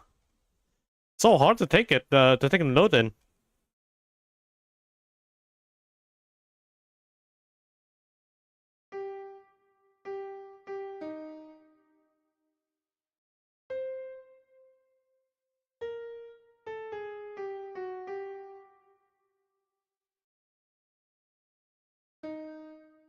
What?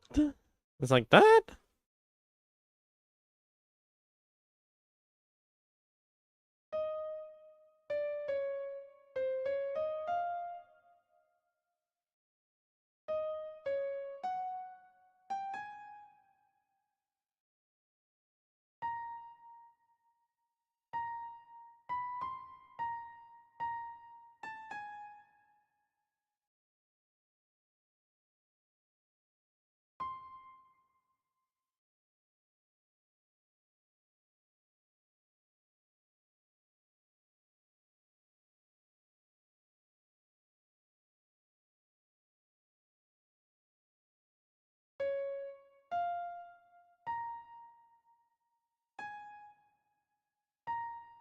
Oh, okay. So it's like this up, and then followed by this one.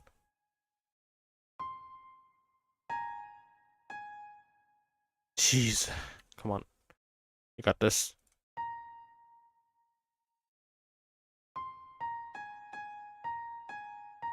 There.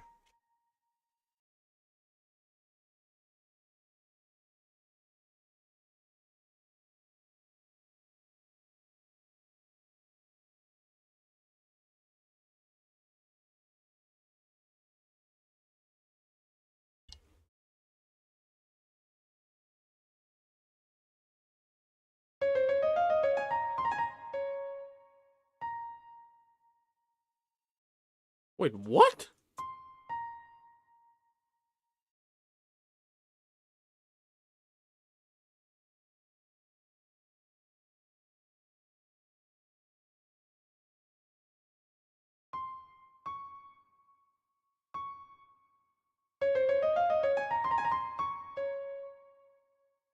What? I need to sync this. I actually can't tell anymore.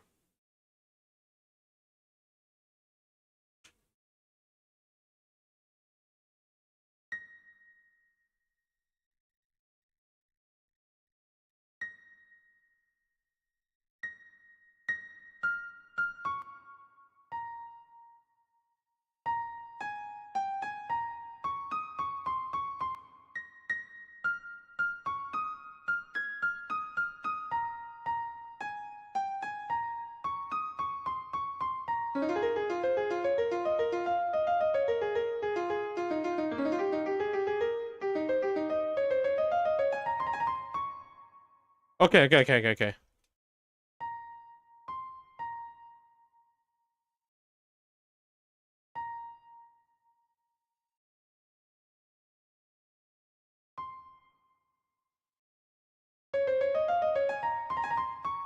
Okay.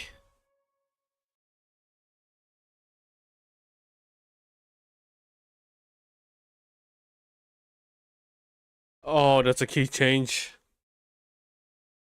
No way.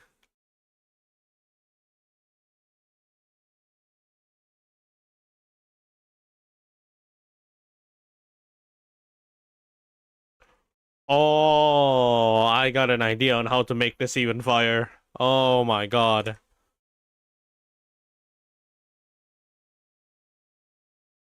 Oh, that's so good.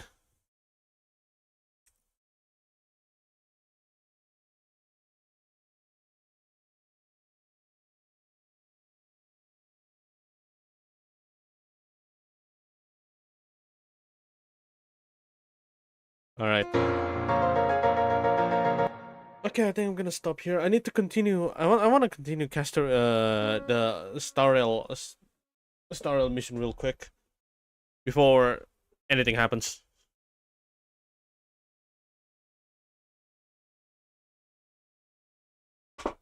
Let me just shift the title a little bit. It's actually very needed now.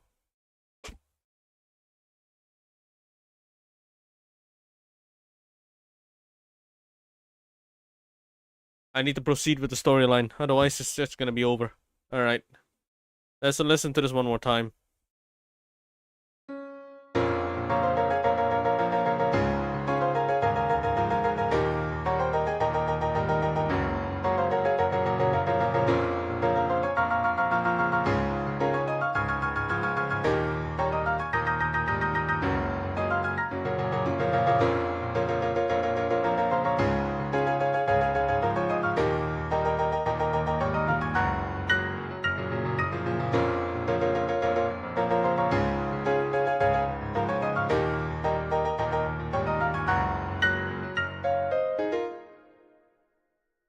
And this part here.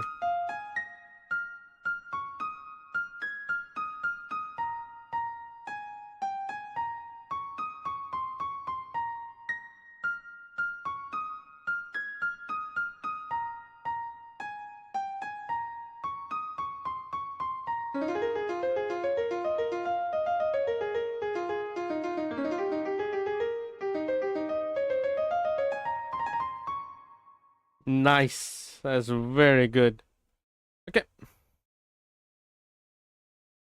Alright, that is it for that is actually it for Panda Ice. I think I'm gonna continue this tomorrow morning. Might as well. I feel like I want to stream this this progress real quick. A little bit more. I'm gonna try and explore as much as possible. But I have spent a total time of 2 hours. Not bad. Not bad. I wish it could have been more, but I decided on the game to change my content on a whim.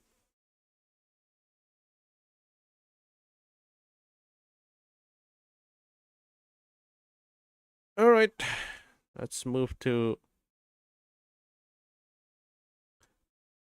rating stars.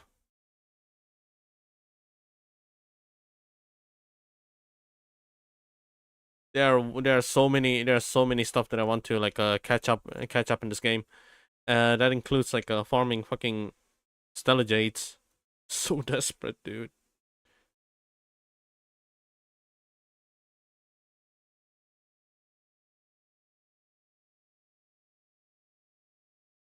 No, wait.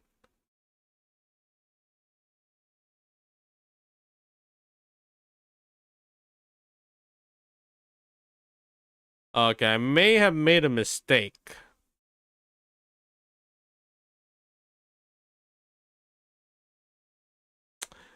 Alright, one moment.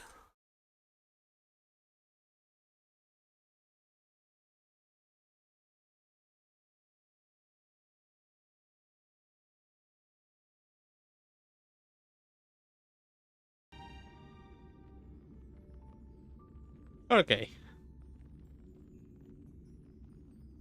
I completely forgot.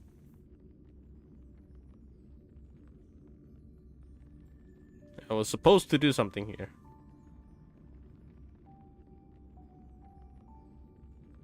Turn on administrator mode apparently. Alright, let me just hide most of the stuff real quick.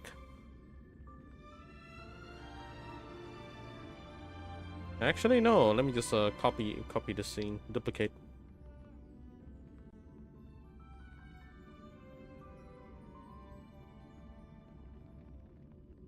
Okay, one moment. Let me I wanna just a little bit smaller and put it in the corner right here.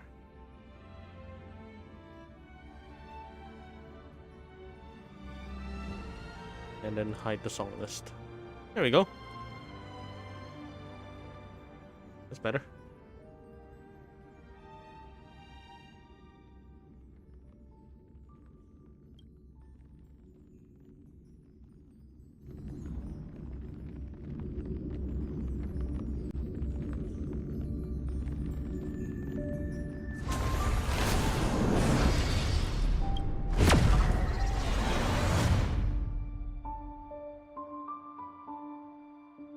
Oh my god, I can finally do it.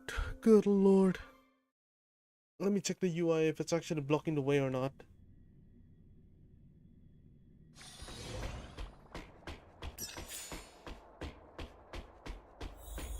Okay, no, it's not really blocking it.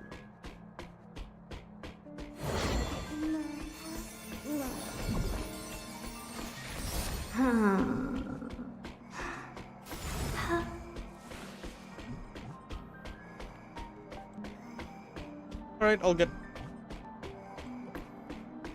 Let's play. Good. Jesus.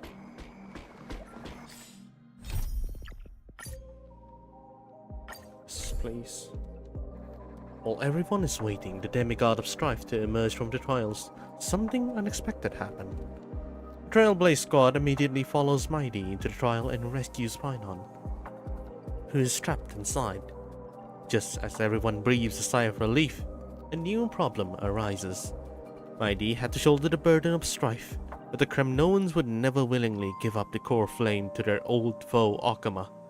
In an attempt to gain a better understanding, he decides to first seek advice from his teacher, Kradaros, a veteran of Kramnos. The two part on bad terms. Meanwhile, Trian and Castorus are dispatched to the Grove of Epiphany as diplomatic envoys of Akama. When they arrive, they discover to their surprise that the black tide has struck, and they fight the mysterious swordmaster. In the end, they manage to rescue Anaxa and the core flame that he carries. While everyone is on their way back, within the city of Akama, Kratos is arrested for abducting Trinon and trespassing on forbidden grounds. Under Mighty's mediation, Tribi and her sister agree to reveal their memories in order to facilitate reconciliation between the Kremnoans and Akamans. Unexpectedly, just as Tribi and her sister are about to meet the Time Titan Oronix and repair their memories, they encounter the mysterious Swordmaster yet again. Trian sacrifices herself and falls into the Titan. Falls with the Titan to protect her companions. In order to take back the core flame, everyone set up a plan to seal the Swordmaster. The plan suffers multiple setbacks, but Mighty returns as the demigod of strife and helps everyone reclaim the core flame. Not long after, he successfully persuades his people to let go of their prejudices against Akama. He says goodbye to everyone and returns home to join the front line against the Black Tide. On the other side, everyone holds a simple funeral for Trian, who exhausted her divine powers and turned into a doll. Having accepted Trian's last wish, the group continues on the path of the flame chase journey.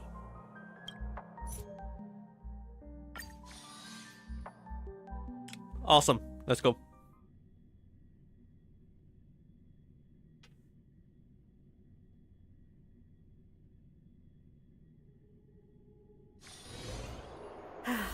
Need something? If not, then I'll be leaving. Oh, wait, was that okay? I think her voice, the voice line is a little bit too soft. What? Yeah, well, her voice is okay. Dan Heng is in voice, isn't he?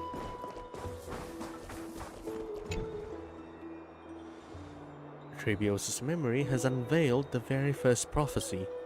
All shall bid farewell to one, and that person alone will witness the miracle. Such is the will of fate. If I take on Oronix's trial, will the prophecy come to pass for me as well? Regardless, I must give Aglaya an answer. Some time ago. Ah, it's you, Cass. I finished the anthology of poems you lent me. Here it is. I thought you'd be too preoccupied to find time for reading. Precisely because of these obligations, I felt compelled to read it swiftly. Wouldn't all these preoccupations slow your pace? On the contrary, knowing that time is limited can push one to overcome their limitations. The weight of these responsibilities seems to have enhanced my reading efficiency. I understand completely. During my time at the Grove, the closer exams drew, the more efficient I became at tackling everyday mundane tasks. Anything but my actual studies. Precisely. As I remember, you and Phainon were both disciples of the new Sporists. I assume that Anaxa's exams were as unreasonable as the man himself, correct? Sheesh.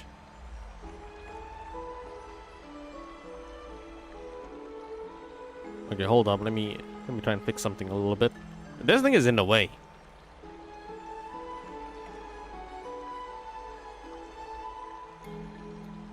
Get out of here. Actually, go down here. Surely it wouldn't affect that much.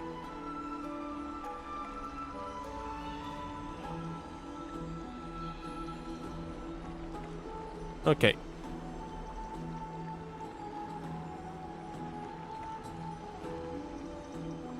Okay.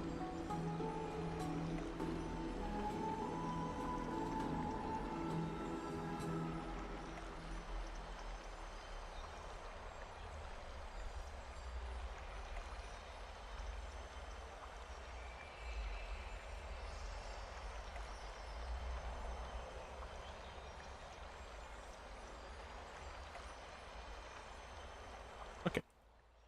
Whoa.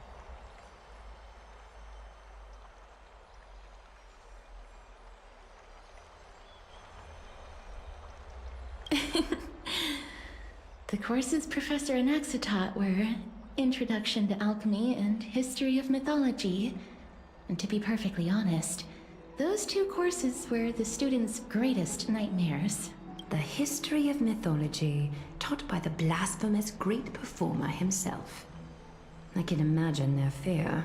Now that I think about it, students would often rush to the podium during class to challenge him on those blasphemous ideas. They challenge him? May I ask, Lady Aglaya, has your relationship with Professor Anaxa always been like this? He openly dismisses people's faith and questions the very justification of the flame chase journey. Our positions have been destined to be at odds. While you were studying there, I assume you must have heard of his nickname. A Dromus draped in finery? As I see it, this nickname is more of an insult to the Dromas. Despite his insufferable arrogance, I do hold a certain respect for his nature as a scholar. To remain true to his principles, he is unafraid to stand opposed to the world, and that requires considerable resolve. Anaxagoras' life is almost like a satire. As a Chrysos heir, he refuses to heed the prophecy, while he disrespects the gods. The gods have chosen him. He was indeed chosen by Circes. Is something weighing on you, Cass? The golden thread is quivering. I sense there's more to this exchange than idle chatter. With all due respect, I'd like to know what you plan to do with him. In light of his assistance in the battle against the Flame Reaver, I am willing to grant him some time to find a way to remove the cool flame. However, if Anaxa decides to make any move that places us in danger, I will not hesitate to take extreme measures. Just as I feared. The flame chase journey is the destined path for the Chrysos heirs. Yet he now seems more like an empty shell.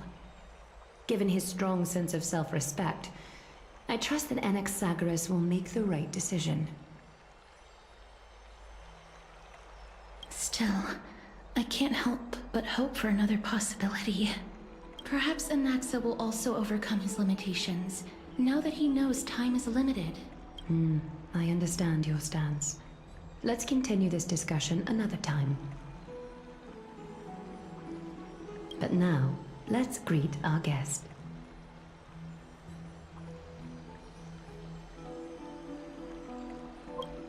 You're here. Does this mean you're ready to take on Orynyx's trial? We are ready. Mem and me. It seems that this sacred beast is just as indispensable, given their intricate ties to the Titan. Memmy mem, memmy mem mem mem mem, memmy mem memmy mem. Surrendering the cool flame is a Chrysos heir's duty. Your selfless assistance is deeply appreciated. However, I urge you to carefully consider the risks of accepting the trial. Becoming a demigod means forsaking your humanity. You will inherit Orynyx's divinity and bear the time of Amphorius, all on your own. From that point onward, your fate will be forever intertwined with ours, never to be separated again, until the end of Genesis. Is there a plan It's B? exceedingly rare to find a capable Chrysos heir. If this path proves unattainable, I am willing to lower my expectations. There are still many priests of Yanissopolis and their descendants in the city. If I'm left with no other option, I'll try to find someone worthy among them. Right, that's it. Oh my god, if I do not descend into hell, who will? Mem worry. Memmy memmy mem, memmy mem mem mem, memmy mem mem mem. Mem memmy mem, mem memmy mem mem mem hero. Memmy mem mem, mem mem mem mem mem mem. Memmy mem mem mem mem mem, mem mem memmy mem mem. Mem memmy mem mem mem mem mem mem, mem, mem, mem, mem, mem. It looks like you know that Titan rather well. Memmy mem mem, memmy mem mem mem, memmy mem mem mem mem, memmy mem mem mem, memmy mem mem mem. Memories that exist outside of your own experiences. I can't explain why, but I can vouch for Mem's words. When I was in the abyss, I heard the Titan's groans, full of pain and grievances, yet without any ill will. I trust you Since all to you've make made the your decision, right call. go back to the bath chamber and get some rest. Trinan will call for you when the ceremony is ready. It is difficult for me, as the guide, to absolve myself from blame for things to have progressed to this point. Time and again, you have risen to the occasion for Akima. Nearly rewarding you with some honeydew is no longer able to express the extent of our gratitude. When the dust settles, I hope that we'll have the chance to have a long chat regarding your return journey and the curse of the sky. It's about time that we lift the taboo and discuss things openly. Before leaving, I should go and say hi to Castorus. Hello, Castorus. Miss, may everything go well for you and Mem. It's nothing. I only came to discuss some matters with Lady Aglaya. Previously, I lent her an anthology of poems that Lady Trianne had gifted to me. Tracing back, this anthology was something left for Lady Trianne by a bard before their passing. Oh. Although personal properties should be cleared out once their owner has passed on, Lady Trianne gave this book to me since she knew how much I liked to read. Can you tell me more about the book? It just contains an allegory. In a faraway land, in a city known as Styxia, a dragon corrupted by the black tide descended one day, swooping upon the city like death itself. It swallowed the princess of the city whole before it was suppressed. After taking down the evil dragon, the warriors discovered that the princess's life had already met its end. Overwhelmed by grief, the queen hired an alchemist to resurrect the princess using the dragon's flesh and blood.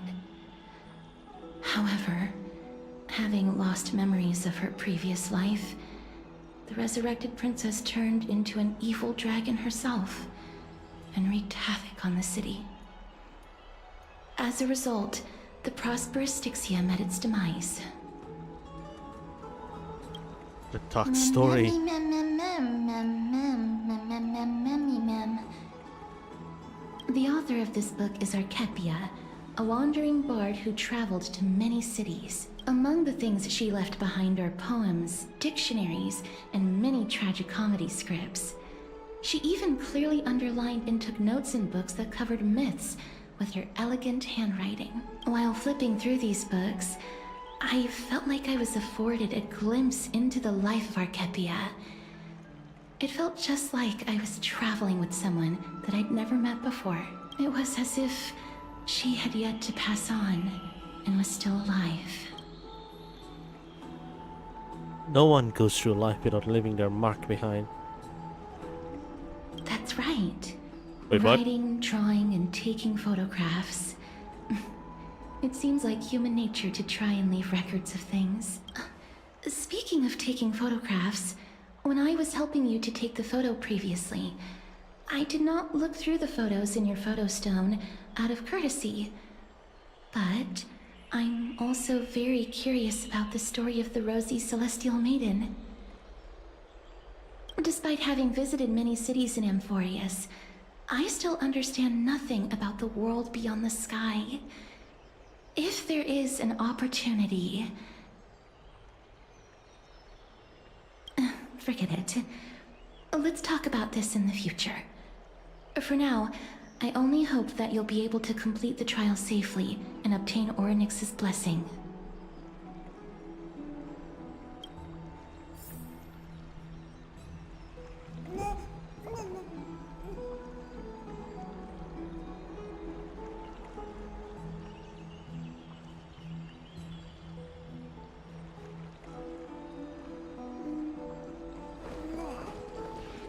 Head to the private chamber and speak with Don Ho. He will not have a voice, will he? He doesn't have a voice.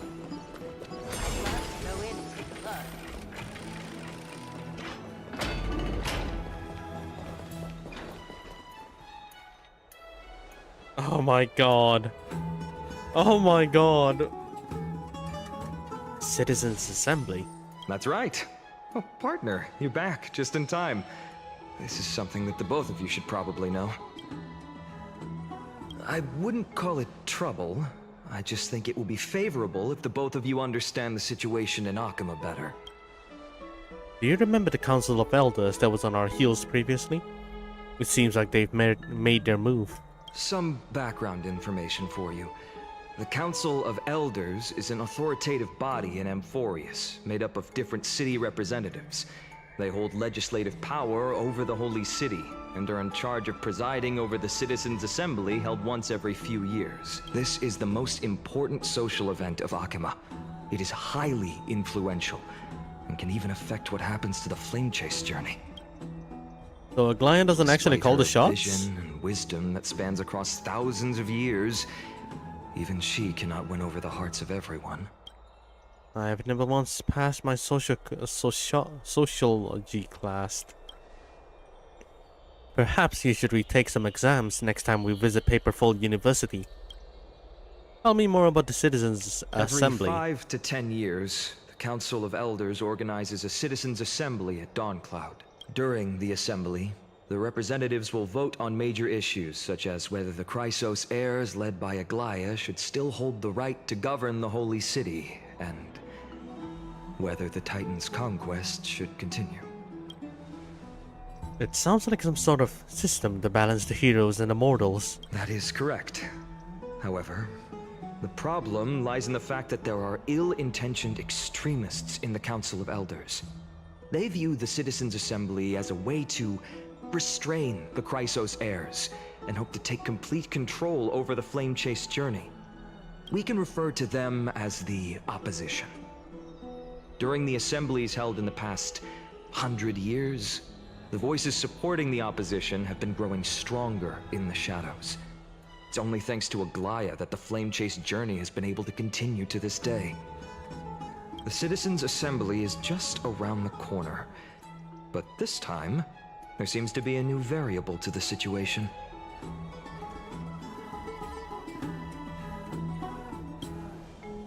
Looks like you've realized it as well.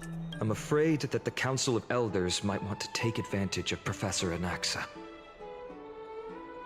Aglaia will surely take back Circe's core flame, but with Anaxa's current condition, it's so unique that nobody knows how taking the core flame away from him will affect him. He has always been someone that is only concerned about his own research. I'm certain that he must want to escape from the monitoring of the Golden Thread and protect himself. If the Opposition were to offer an olive branch at this time...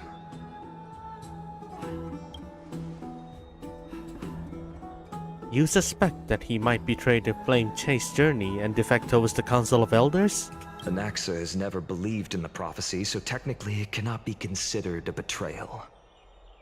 However, he has taught many Chrysos heirs, and has long been considered an important ally of Akima. I truly do not wish to see comrades turning on one another. I have a better understanding of the full picture now. Is there anything that we can do? As I believe in his character, I plan to plead with Aglaia and try to buy more time for him. Then, the greatest way in which you can help is for you to know what I am fighting for. We understand. Thank you for being honest with us. Things are piling up again. You and Mem are tied up with the Oryx's trial, while I'm preparing to visit the Grove to uncover clues about the world beyond the sky. Allow me to apologize for the fact that we always seem to be troubling you. I hope that Oryx will show more benevolence and be more accommodating.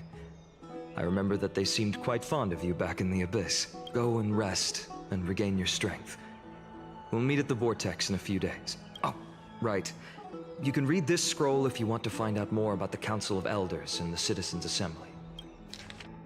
Holy! Oh my god! Okay. Let's read. A study of the Citizens' Assembly. Democratic politics has always fascinated citizens of different city-states and Amphorius. When Alchema was first established, its democracy was limited to a privileged minority. However, through ongoing reforms, the Alcheman Citizens' Assembly took to the stage, transforming Alchema's governance into a democracy for all, where Citizens' Assembly made every major decision. It's important to note that as the Black Tide draws near and citizens from the other city-states join Alchema's political life, the precious rights of Alchema's original citizens are becoming increasingly diluted. Consequently, voices calling for reforms with the Alcheman Citizens' Assembly system... What the fuck? Consequently, voices calling for reforms with the Alcheman Citizens' Assembly system grew even louder. Democracy is only one of the consequences of civilization's development, rather than the cause of development. For democracy to be productive, it must appoint different rules for different societies, situations, and issues. No single rule can be optimal for all scenarios.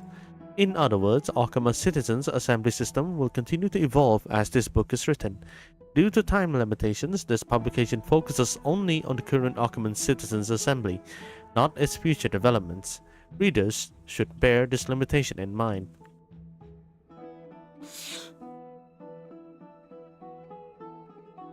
Citizenship, and citizenship policies of Alchema. Before examining the Alcheman Citizens' Assembly's operational mechanisms and core function in depth, we must first address the matter of citizens, citizenship rights, and citizenship policies of Alchema. The Elders have once noted that Alchema is a collective of free citizens. Due to the substantial power citizens possess, there's so many citizens, man, oh my god. Citizenship qualification must be strictly regulated to ensure citizens' rights. Discussion on the recognition of naturalized citizens' rights were once of the foresight of this disputation between the leaders of the Chrysos heirs and the Council of Elders. As more Amphorian city-states fell over time and as the Black Tide drew closer, citizenship rights reform became imperative. Judging from the final outcome, citizens from all city-states have equal citizenship right in the Holy City and have equal participation in public matters. While social differences naturally exist between rich and poor locals and travelers, the Holy City of Alchema would not allow these social distinctions to become political divisions and will ensure complete political equality among all citizens. Continue. Operational mechanisms of the Citizens' Assembly. Barring emergencies, Alchema Citizens' Assembly. Oh my god. Barring emergencies, Alchema's Citizens' Assembly follows strict protocols when it is called. The current Council of Elders, a governmental entity made of representatives of the city-state, posts the upcoming Citizens' Assembly agenda and venue, usually Dawncloud in the Holy City, at the Wall of Heroes before each meeting. Usually, topics are proposed by Council of Elders members before the assembly and become official assembly items after receiving majority council approval. A council predetermines which matters to address and when.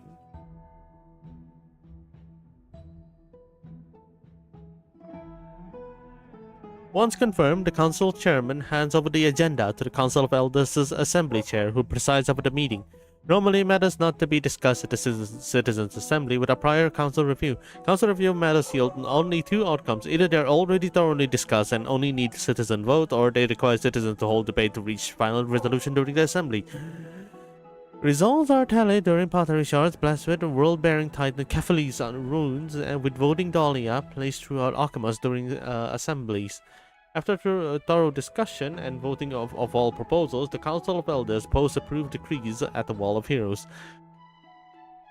Core functions of the Citizens Assembly. This assembly wields the important capacities of legislative power. I'm reading a textbook here.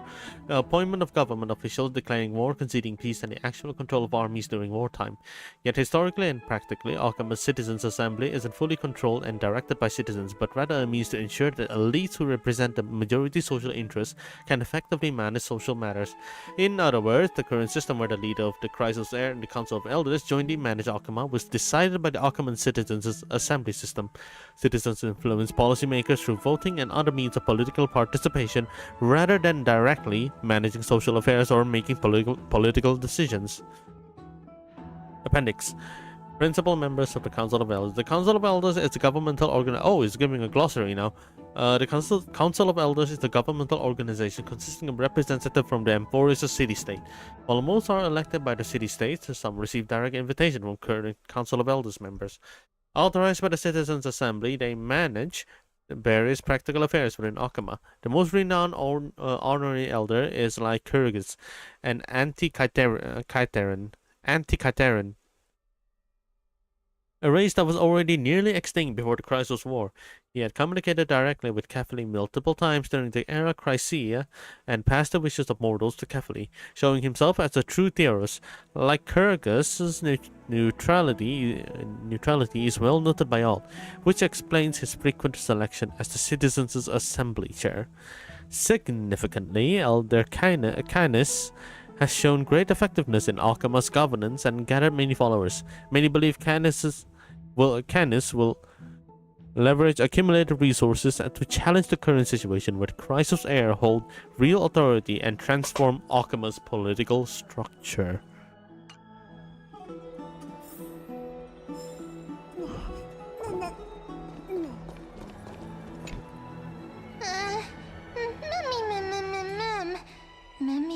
Nervous. I feel like a sitting duck that has been thrown into the deep end. Speaking of which, I don't recall seeing any rubber duck toys in the bath of Akama. It seems like they only have these seals. Let's just hope that everything goes well. After all, as someone who has earned the gaze of an Aeon, you should be able to overcome the trials of a regional god just fine. We've also unknowingly gotten used to sleeping with the midday sun shining brightly above our heads. Get some rest. Perhaps a new phase of our trailblazing expedition in Emphorius is about to begin. There are still things you need to attend to? Alright, but don't overexert yourself. Make sure to keep yourself well rested. Okay. One moment before we actually start anything. I think I'm gonna start this on the next stream, maybe tomorrow morning, probably. But first, I need to warm up because it's been 6,000 years since I actually played this goddamn game. Like, the only thing I do is the dailies, and just dailies only. But I'm in desperate need for stellar jades. Need something? If not, then I'll be leaving. Alright. Let's get some lore reading sessions because I have so many of them. Okay. Increase allies' target effect rest by 2% during the day. Nice. The banquet has already begun, playing the song of the carnival of heaven and earth, celebrating the birth of the chalice of plenty. It is the breath of the first pillar, the Earth Titan. One stream rises with the heat, while another condenses with the cold. Before the sky was formed, it fell as raindrops. The icy rain startles the sleeping earth awake. Their body becomes a vessel for brewing, and their ears ring with the downpour's roar. They then swear an oath. The land and oceans shall forever oppose each other. Bagusa, spurned by the earth, can only dance endlessly between the heaven and land, drinking ceaselessly. Thus, an unending rain hovers over the sky. The raindrops are their finest brew. The sound of rain is their laughter. The rain water is their divine form. Finest brew. Bathwater. Only when the scales of justice intervenes, asking the land to concede half of their realm to carry the ocean between sky and earth, does the rain finally cease. Every drop that land that lands on Earth will seep down, evaporate, and flow back to Fagusa's divine realm. But how can the fickle Fagusa obey an agreement? Waves ceaselessly lash the shore, and the drunken ocean calls the Earth to join their revelry. But Jorius always answers with silence. Thus the ocean's wind mocked the land, the Earth's wind repelled the ocean. Even so, in the halls of the gods, the banquet never ends. The Fate Titans enjoy gentle brewing. They often bring warnings and guidance to Fagusa, the Eye of Twilight, drunk to stupor. Am I reading that right? Let me look it up real quick. Look it up real quick.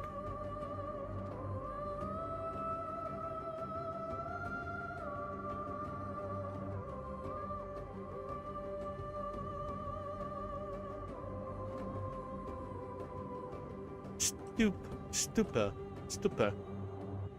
The Eye of Twilight, drunk to stupor. Shower the earth with heavy rain as Fagusa taunts the land. Carefully drink steadily. The only time they slumbered slightly tipsy. They nearly had their dawn device stolen by Zagreus. Nicodor loves the sharp taste of the aged brew, and they always brandish their spear after a heavy drink, challenging their kin to deadly games. Menestia flicks their tongue to taste, falling drunkenly into Circe's arm. Floating onto the water's surface is a two-handled jar filled with warm honey brew, drifting with the river towards the end of the western wind. You ask about Zagreus? Fagusa loathes them even more than Jorius. To trade away the finest brew only if they can pull off a trick so clever it makes the ocean burst into laughter.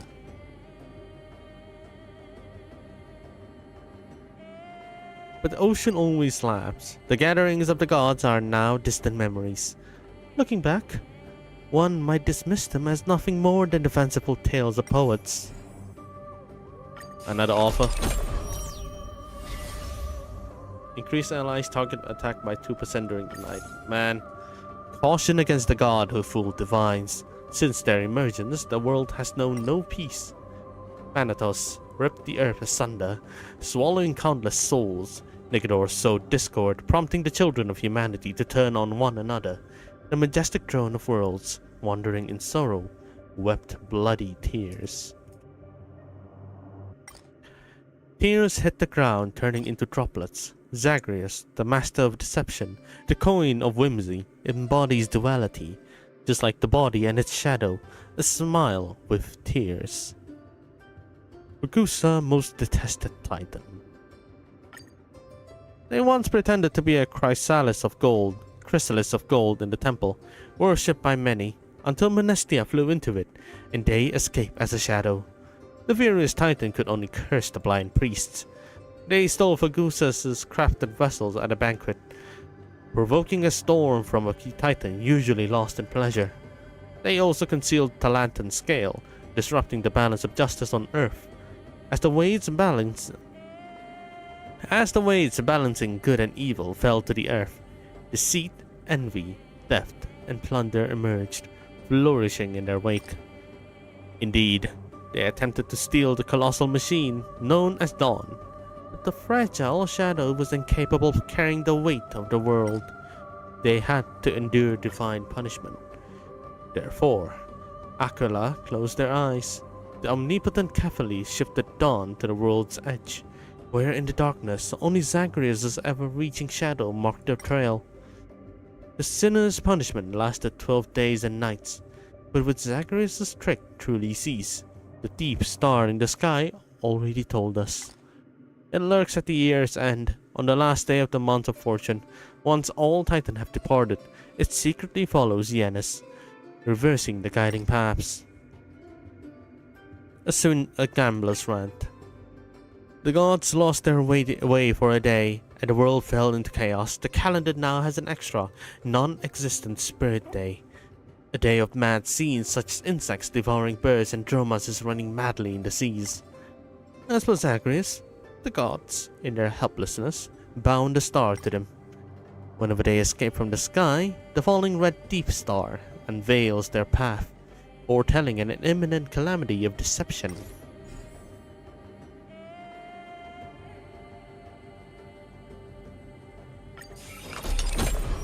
Oh, it's Nicodor. Wow. Let us reflect on a war that never ceased, the world's very first war. When the era Crisis came to an end in calamity, the strong devoured the weak. A lion's jaws crushed the throat of the lamb. A dagger struck deep into the helpless, and countless corpses flooded the river of souls, bringing its flow to a halt. Even death faltered, overwhelmed and unable to ferry the fallen. The mournful piles of bones crushed beneath the relentless waves was forged into an indestructible colossus, rising from this river of souls. It climbed into a roar onto the land, vowing to unleash divine retribution upon all who were unjust. Nicodor, the conqueror of all conquerors, thus strode across the land with a vow to overthrow the gods themselves. I have heard tales of their carnage against the sky. Why has Nicodor relentlessly pursued the Eye of Twilight for 1,000 years? Are they seeking vengeance against the tyrants of the sky for striking down the rebels who dare to reach their heights with their lightning spears? Or does the blood-stained warrior aim to challenge the most supreme authority in Amphorius? The Kremnoan sings that the only fear of the 100-eyed giant bird, cowering in the clouds, caused Nicodor to pursue the sun endlessly, day and night. Legends also tell the day Nicodor led their countless kin into the heavens. Lances clashed against lightning spears with deafening roars, and the feathers of God rained down like a storm of iron.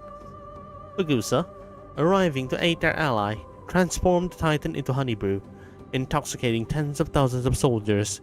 The enraged god of war set celestial brew ponds ablaze, covering the twilight with burning clouds. The war is far from over. Why do the edges of the sky seem dim? Those are the eyes blinded by the lance of fury. Foolish poets play their tune, conjecturing about the covenant of strife and death. Yet they do not know that glory and victory are the melodies of Nicodor. The conflict rages on as they hunt down each kin until none remains unconquered. Thus, they cleave Joris' fortress, cast down the stars of Orynyx, and aim their blade at Kefli upon the throne. What the hell? Is it free for all? A war of kings. Scars etch themselves again and again into the divine bodies of the two titans, only to heal and reappear. With no victor after 1,000 years, beneath Kremnos, Nicodor has descended into madness, while atop the holy city, Kefli remains in eternal slumber. Yet the Legion of War, clinging to the last vestiges of its glory, still marches towards the distant Akama.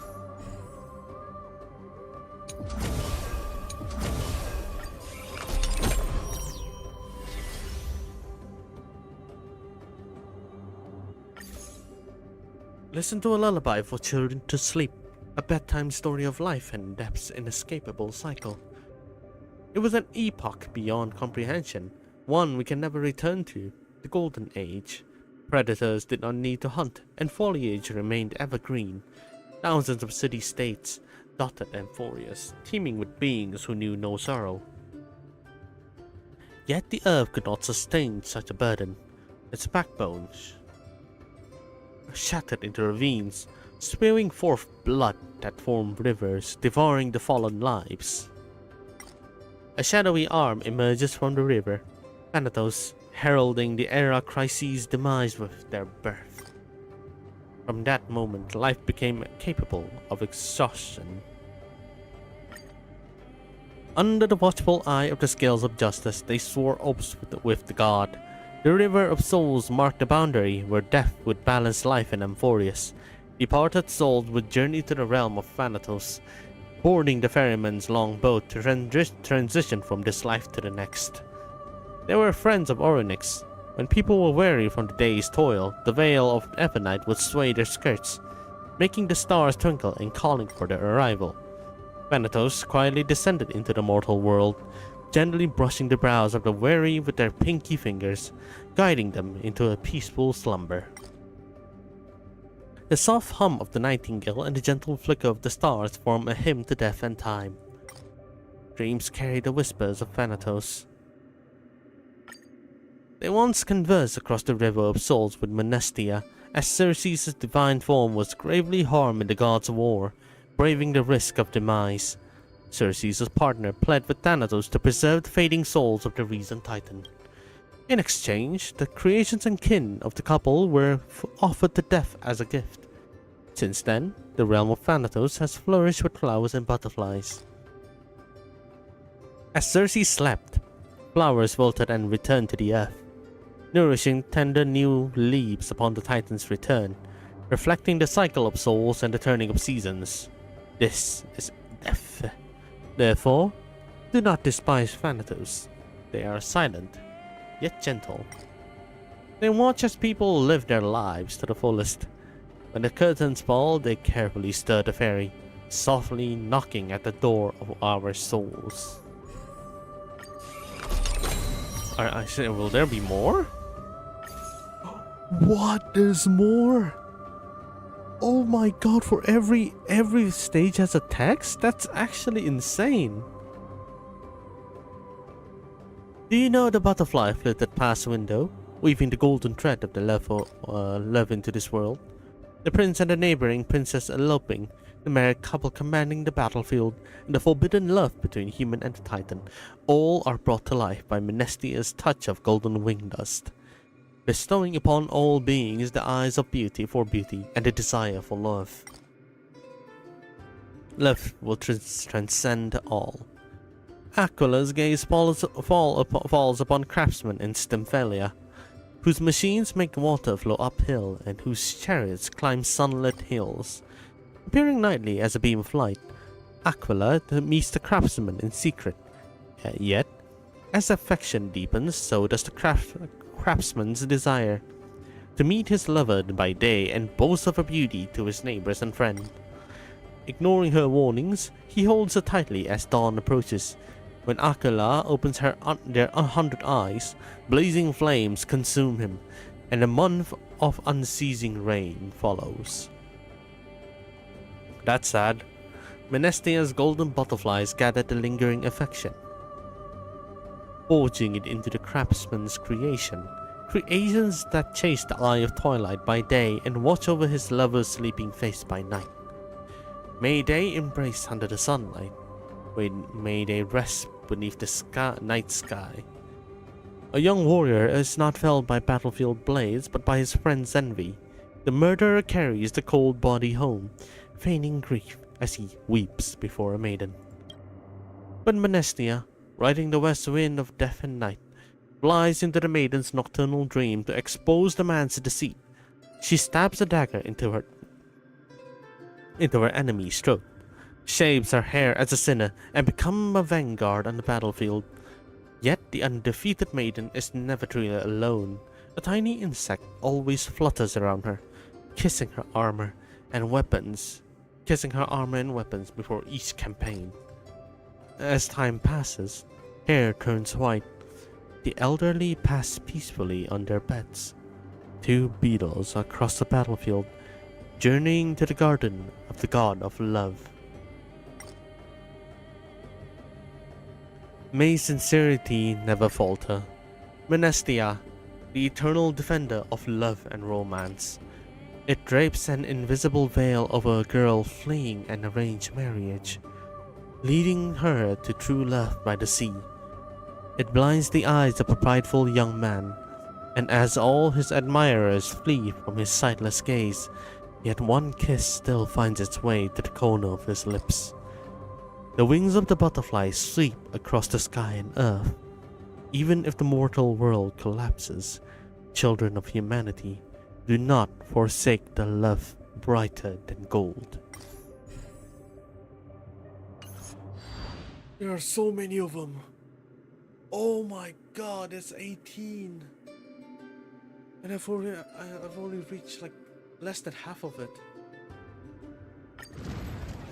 I'll do it tomorrow. Reading tomorrow morning would be really nice.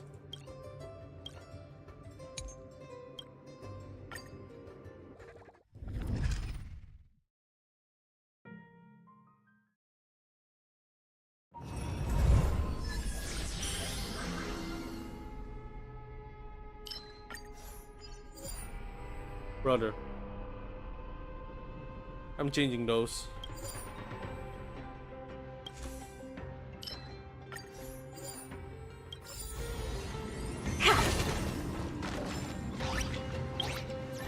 Actually, no, I don't feel like doing it.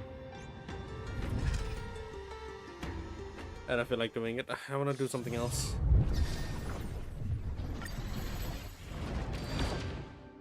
Let's just do a normal run, actually. Let's just do a normal run, actually. Wait. I wonder if my voice is... Can I even be catch from this distance, actually? I'm gonna try and... Let me just give it a shot. Okay, I'm just gonna keep talking as I try to open my stream from far away and then see if I can actually listen to myself.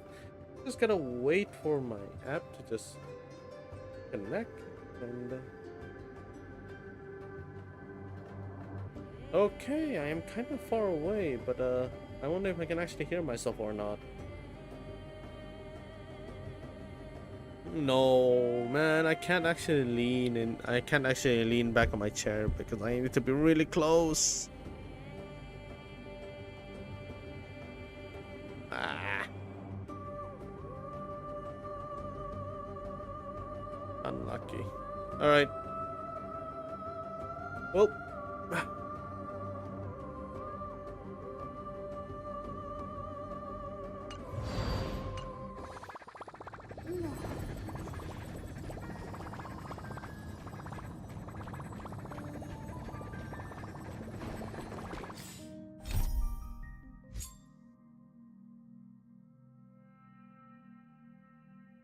Oh, I'll do that next time. I don't feel like doing it, man. Holy shit. Not sure if I should actually do it. M4 is... And else... No. No. Absolutely not.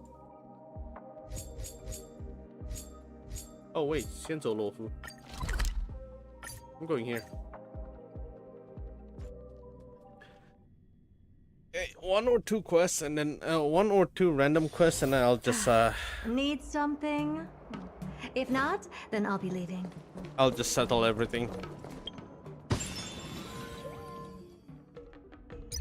Oh dear lord, there's so many to catch up. So many.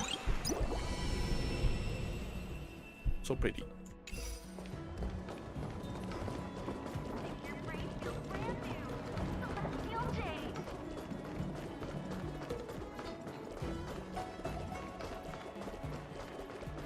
Oh, Jesus. Alright. You're finally here. I've been waiting for ages. I started to think you might not make it. Sorry. It's only right that the hero is last aboard. Well, that's a convenient excuse for bad timekeeping. There is no rush. You're here just in time. The crew have run to and from the Lawfu many times, so there's no need to go all the effort of a formal send-off, surely. March said you were late because you had something else. Didn't you know? The Xianzhou Yaoqing and the Xianzhou Zuming messengers are heading back home. Can't they just stay in the Lawfu forever? The pink-haired fox, the crow-feathered weirdo, and Master Yinli staying. That's still not bad, I suppose. But the 2 generals cannot possibly stay on the Lawfu forever. That's why I suggested that we save the crew's farewell until the very end. Let's go and see off our guests from afar on their way with Yanqing. I want to say goodbye to you. Right. We knew you'd feel this way. So we went ahead and decided for you. What? That's why Marsh was scared. She thought you'd miss getting to say goodbye. I knew you'd regret it. Thank you, March. No worries. The Merlin's Claw and the Flaming Heart have already said their farewells to General Jingyuan at the seat of Divine Foresight. They wanted to travel light without the Cloud Knight's escort so as not to attract too much attention. I originally thought it may be a little rude to come and bid them farewell on my own, but I feel much more at ease together with the express guests, as you all feel the same way. Let's wait here together for a while.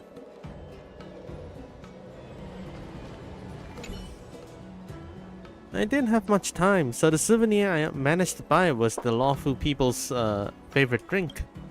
If they're visitors from afar, then I imagine returning to their Senso will take a long time. If they get thirsty, they can drink this and get a taste of authentic Lawful flavor. It's not Immortal's Delight, isn't it? Do you not know the people of the Lawful by now? Of course it's mung bean soda.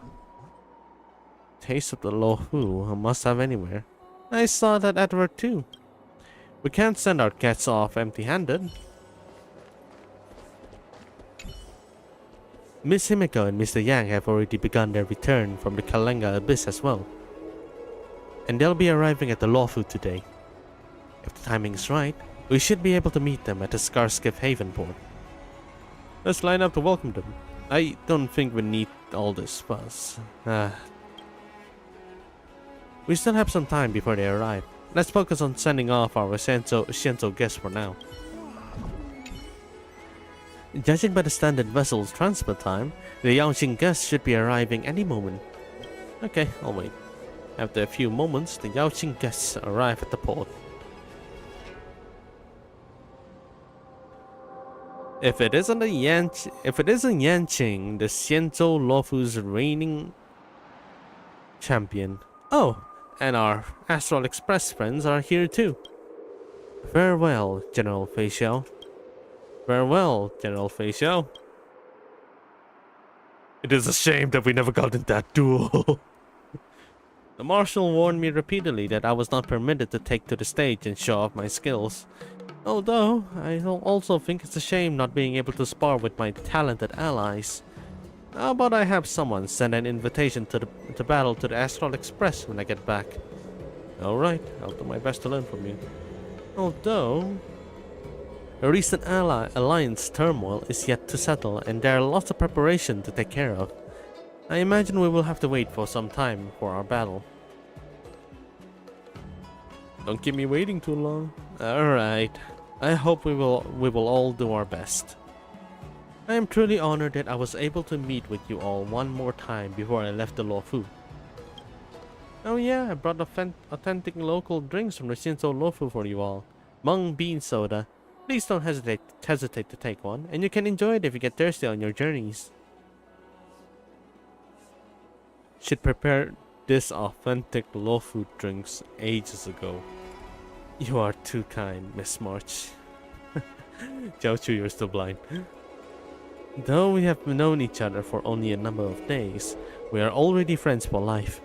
I am just as reluctant to part as you all are. But there is a phrase I once heard. If we were to never part, how would we treasure our time together? If there were no farewell, how could we experience the joy of a reunion? Miss March, please do not be sad, as our parting will only connect the dots in between the details we missed when we met. Master Jiaochu, well, you expressed it perfectly. That's right, though I should also probably mention, I'm actually over here. You've been talking to thin air, Master Jiaochu. Over here? I'm sorry. I'm still not used to this yet. Though my eyes may not be of any use, my ears are extremely sensitive. I can pinpoint locations through sound. I think you're still a little off, but, well, that's good enough. Hey, say something quickly. There's an awkward silence. What were you doing during the war dance? I was having my wounds treated, of course. Thanks to the healer lady, Cauldron Master Lingsha. We are returning to proper form. As we've been told to do now is listen to Doctor's order. I managed to get time to go and see Yanqing's ringmaster match. You did very well. Your respect for your adversaries was particularly commendable too. Thank you, General. Did you take part in the war dance competition? Yeah. I think you're all well aware that I'm a conversation killer. For everyone's well-being, we'd better change the topic. Did you take part in the war dance competition? My identity makes it improper for me to take part in these kinds of competition, but these two on the other hand... Don't ask me, I'm just a healer. You wouldn't catch me getting involved in that kind of thing, even when my eyes were working. Ask Mota. I prefer to watch from the shadows and wait for my moment to strike. Unfortunately, the war dance competition would not give me the time for this. How do you feel about your journey to the Shenzhou Luofu? Our objective upon the Luofu has been complete, although the situation with Hule got a little out of hand. Everything was wrapped up nicely in the end. If I had to share my regrets, it would be that I was not able to fulfill my duty as a leader and protect the safety of my subordinates. Ah, General, please don't reinforce the Yaoqing stereotype by being conversation killers. Let's talk about something happy before we leave. You're not waiting for me to say something, are you? I have no thoughts on the matter. Let's go. The Starskiff will be here soon. Wait. I would like to say a final word to young Yanqing. Me? The finishing blow you landed on Hule on the Sky Splitter was masterful. Truly remarkable. Although, there is still room for improvement when it comes to your technique in battle. The Xianzhou Yaoqing offers so many opportunities for this, so if you one day have the urge to leave the Luofu and see a broader horizon, come and find me on the Xianzhou Yaoqing. I understand. If I have an opportunity in the future, I will make sure not to miss out on your personal instruction, General. Alright everyone, time has passed us by. It is time for us to bid farewell for now. Let's take a group picture. I've got a side crane ready.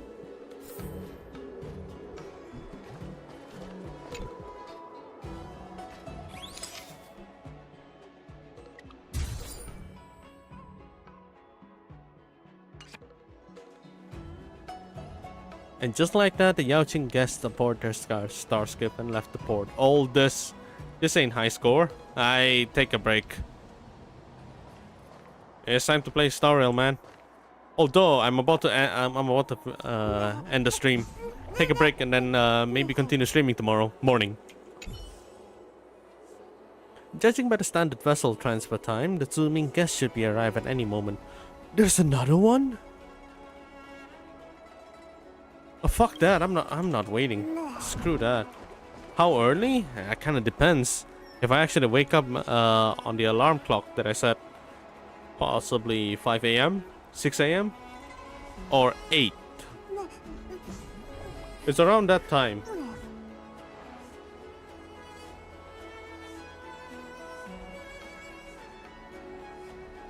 I need to do a little bit of file transfer for video editing. 5 hours of sleep is crazy. Oh, you'd be surprised what happens if I actually sleep longer. I actually feel like shit.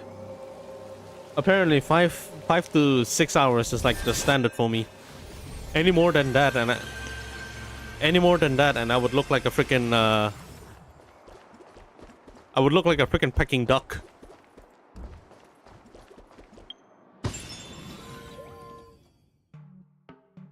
It's really that bad.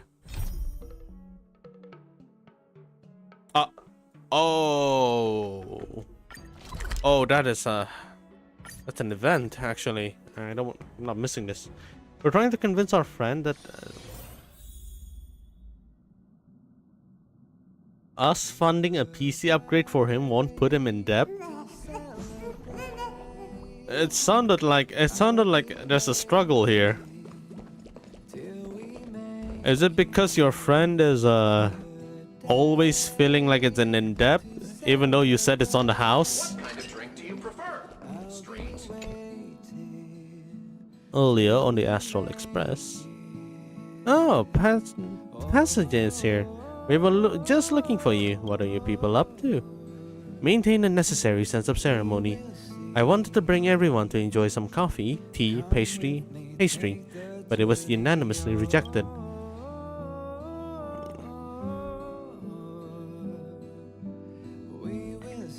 On God, his motherboard doesn't have an NVMe N2 slot? Wait, what does that do? What does that do, and why do I feel like lacking that it means that it's so outdated?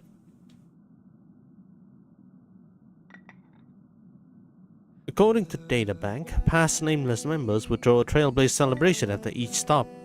Sometimes it's a tea party, sometimes it's a race, and sometimes even a nightly joust. But the number of passengers eventually waned, so this tradition has faded out. Say, a freight skip from the IPC just dropped off a package. Inside was a box labeled "To the Galactic Baseballer." I assume it's meant for you. What if it's actually a bomb? That's a bit paranoid. Relax. I already ran a security check. Either way, since the actual receiver is here, let's open it up. HDD, SSD, and what?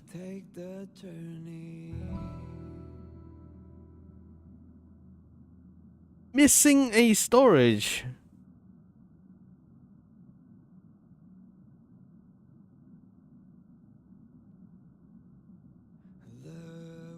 Reads off a disk and is connected to the motherboard through a wire. Is the slowest. Oh, ooh, okay.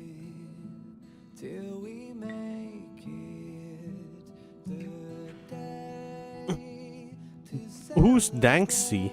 Testing, testing. 1, 2, 3, 4, 5, 6, 7. Oh, nice. Video's working. Looks like the Interastral Peace Express really knows their stuff. Definitely giving them a thumbs up. Greetings, nameless Trailblazer and other crew members of the Astral Express. This is Danksy, calling from the distant world of Paradoxy. Paradoxy? Where's that?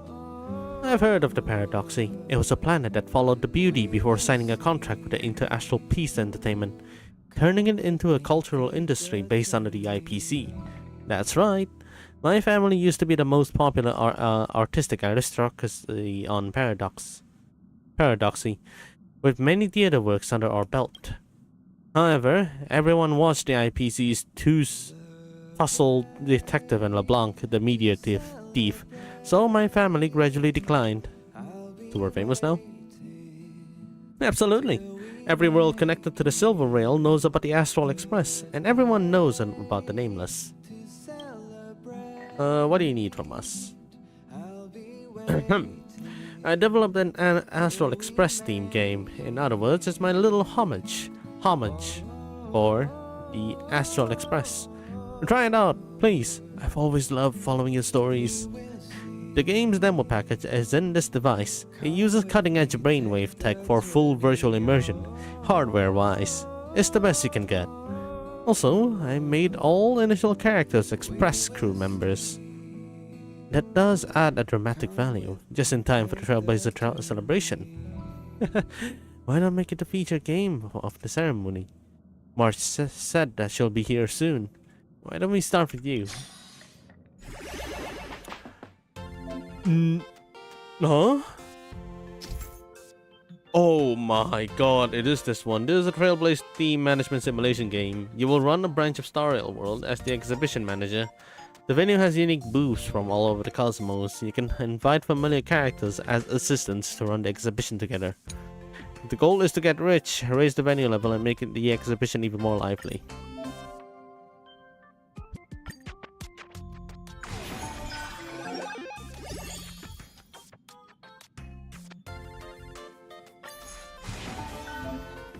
Star Rail World side, let's start the first day of trial operation. Set up a booth. Plants from the Vonwak Islands are driving under the nurture of the IPC tech. They are not aggressive and are relatively safe compared to the native counterparts. Picking, touching, and tasting are allowed. You literally just go there and taste things, and Tanhung's the one. Let's assign the assistant. I didn't intend to come. Yeah, exactly. Your assistant has started working. You can tap or swipe the screen to collect the coins. The exhibition staff prepared some exhibitions mission for you. Follow these goals to manage your exhibit. The mission's complete. I got gems.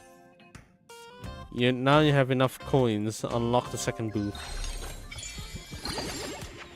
This is Penacony.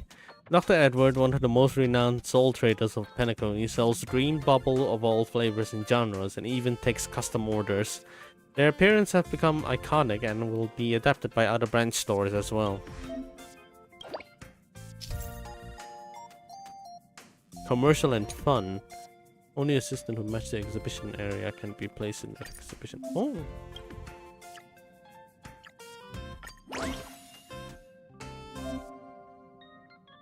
By swiping the screen?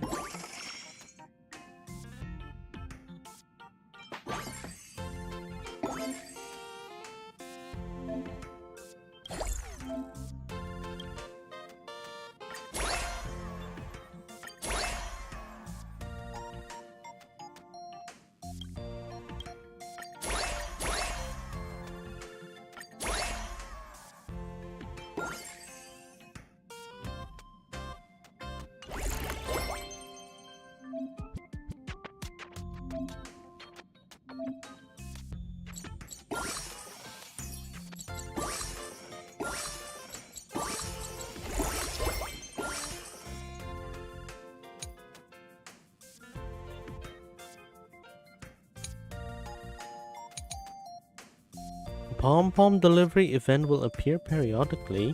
Will advance the exhibition day progress. Rack cargo and hand them off to the corresponding assistant to claim express rewards. Rewards include rare items such as gold coins, diamonds, and entry tickets. Increase revenue per second, but it can also increase the amount of coins awarded.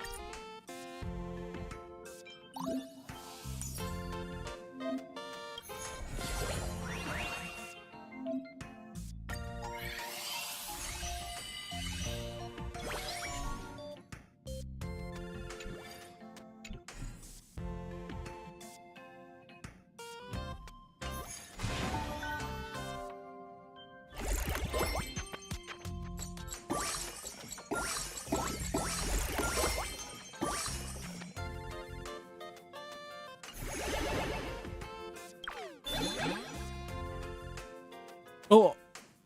Oh! What? Oh, no wonder it felt fast. Because I've already finished most of the things here.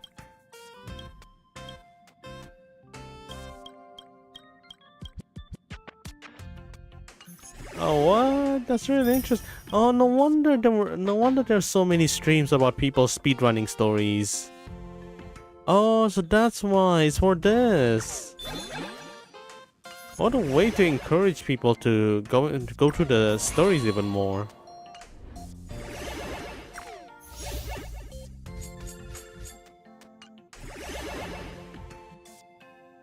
And people already finished this, huh? Will it be a permanent thing? No, it's only an event. It went to the conventional memoir though. Yeah, actually no, that's the wrong one. Oh, that's interesting. Also, I want to do this one later.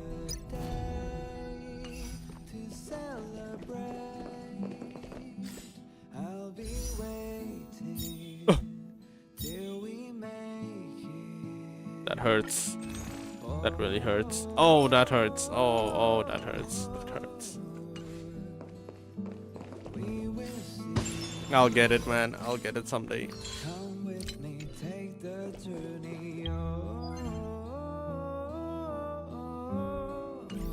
Okay.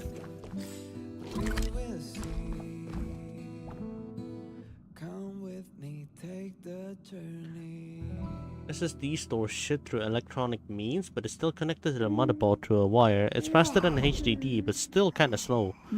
NVMe SSD uses electricity to store data. And because that sounds really instant. Because it's connected directly into the motherboard without any wires, it is the fastest. The motherboard does not have that slot.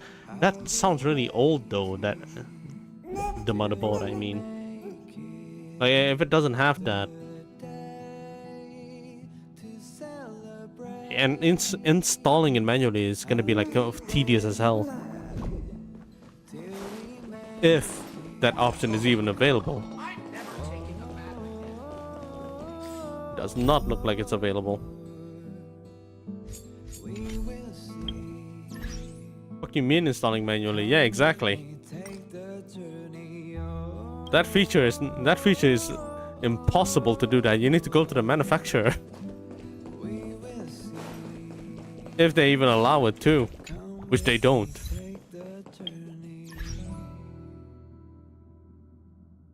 PhD in EE, yeah, exactly.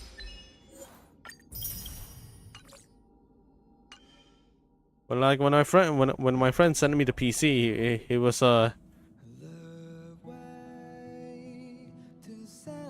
he gave me a look at the motherboard. What the fuck, dude?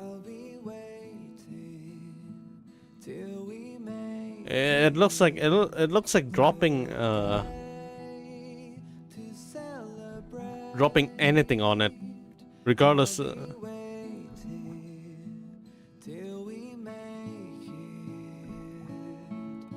Dropping anything on it is already detrimental. It gives a lot of people heart attack. It's like holding the fucking string of a guitar with your hand, with your bare hand like that, and it just treat it like a suitcase. Also has 8 gigs of RAM. Oh, that's rough. Oh, that is rough.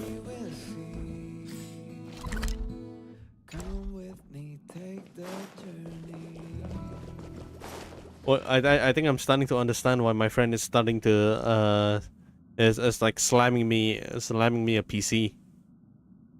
I'm starting to see it now. You can't be seeing stuff like this.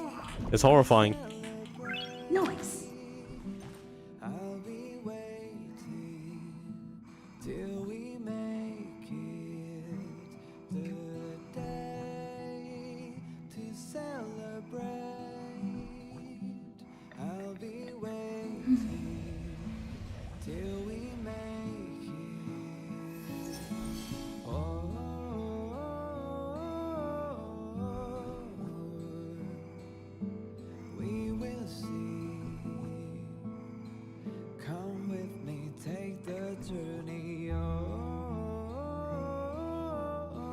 You should get a 5090? Jesus. I'm never telling jokes again. I have quite a freaking shopping list that I want to get first before I could do anything. Before I could go full apeshit on the 5090. What's the price even?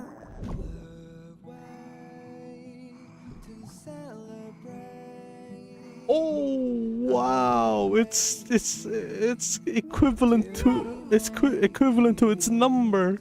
5,000 ring? Why? The fuck? No, wait. Official starting price is the 10,000. What?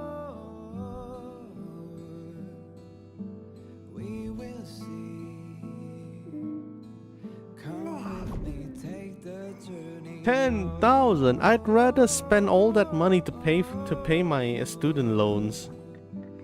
Like that's all I want to do, man. I just gotta pay my student loans and get on with it. What the fuck? That is actually really damn high. Holy shit.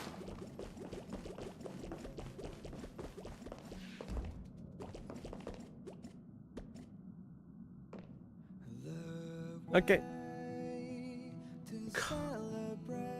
Costs roughly 8,000 USD. Yeah. You know what? I think I'll just I'll spend that money on studios. Sheesh. Okay, I'm done. I'm done for the day. Sleep early, wake up early, stream early, and I can stream long hours too. All the way until maybe around. It kind of depends on the time though. But yeah. All right. GG's. Bye bye. I'm out. Peace.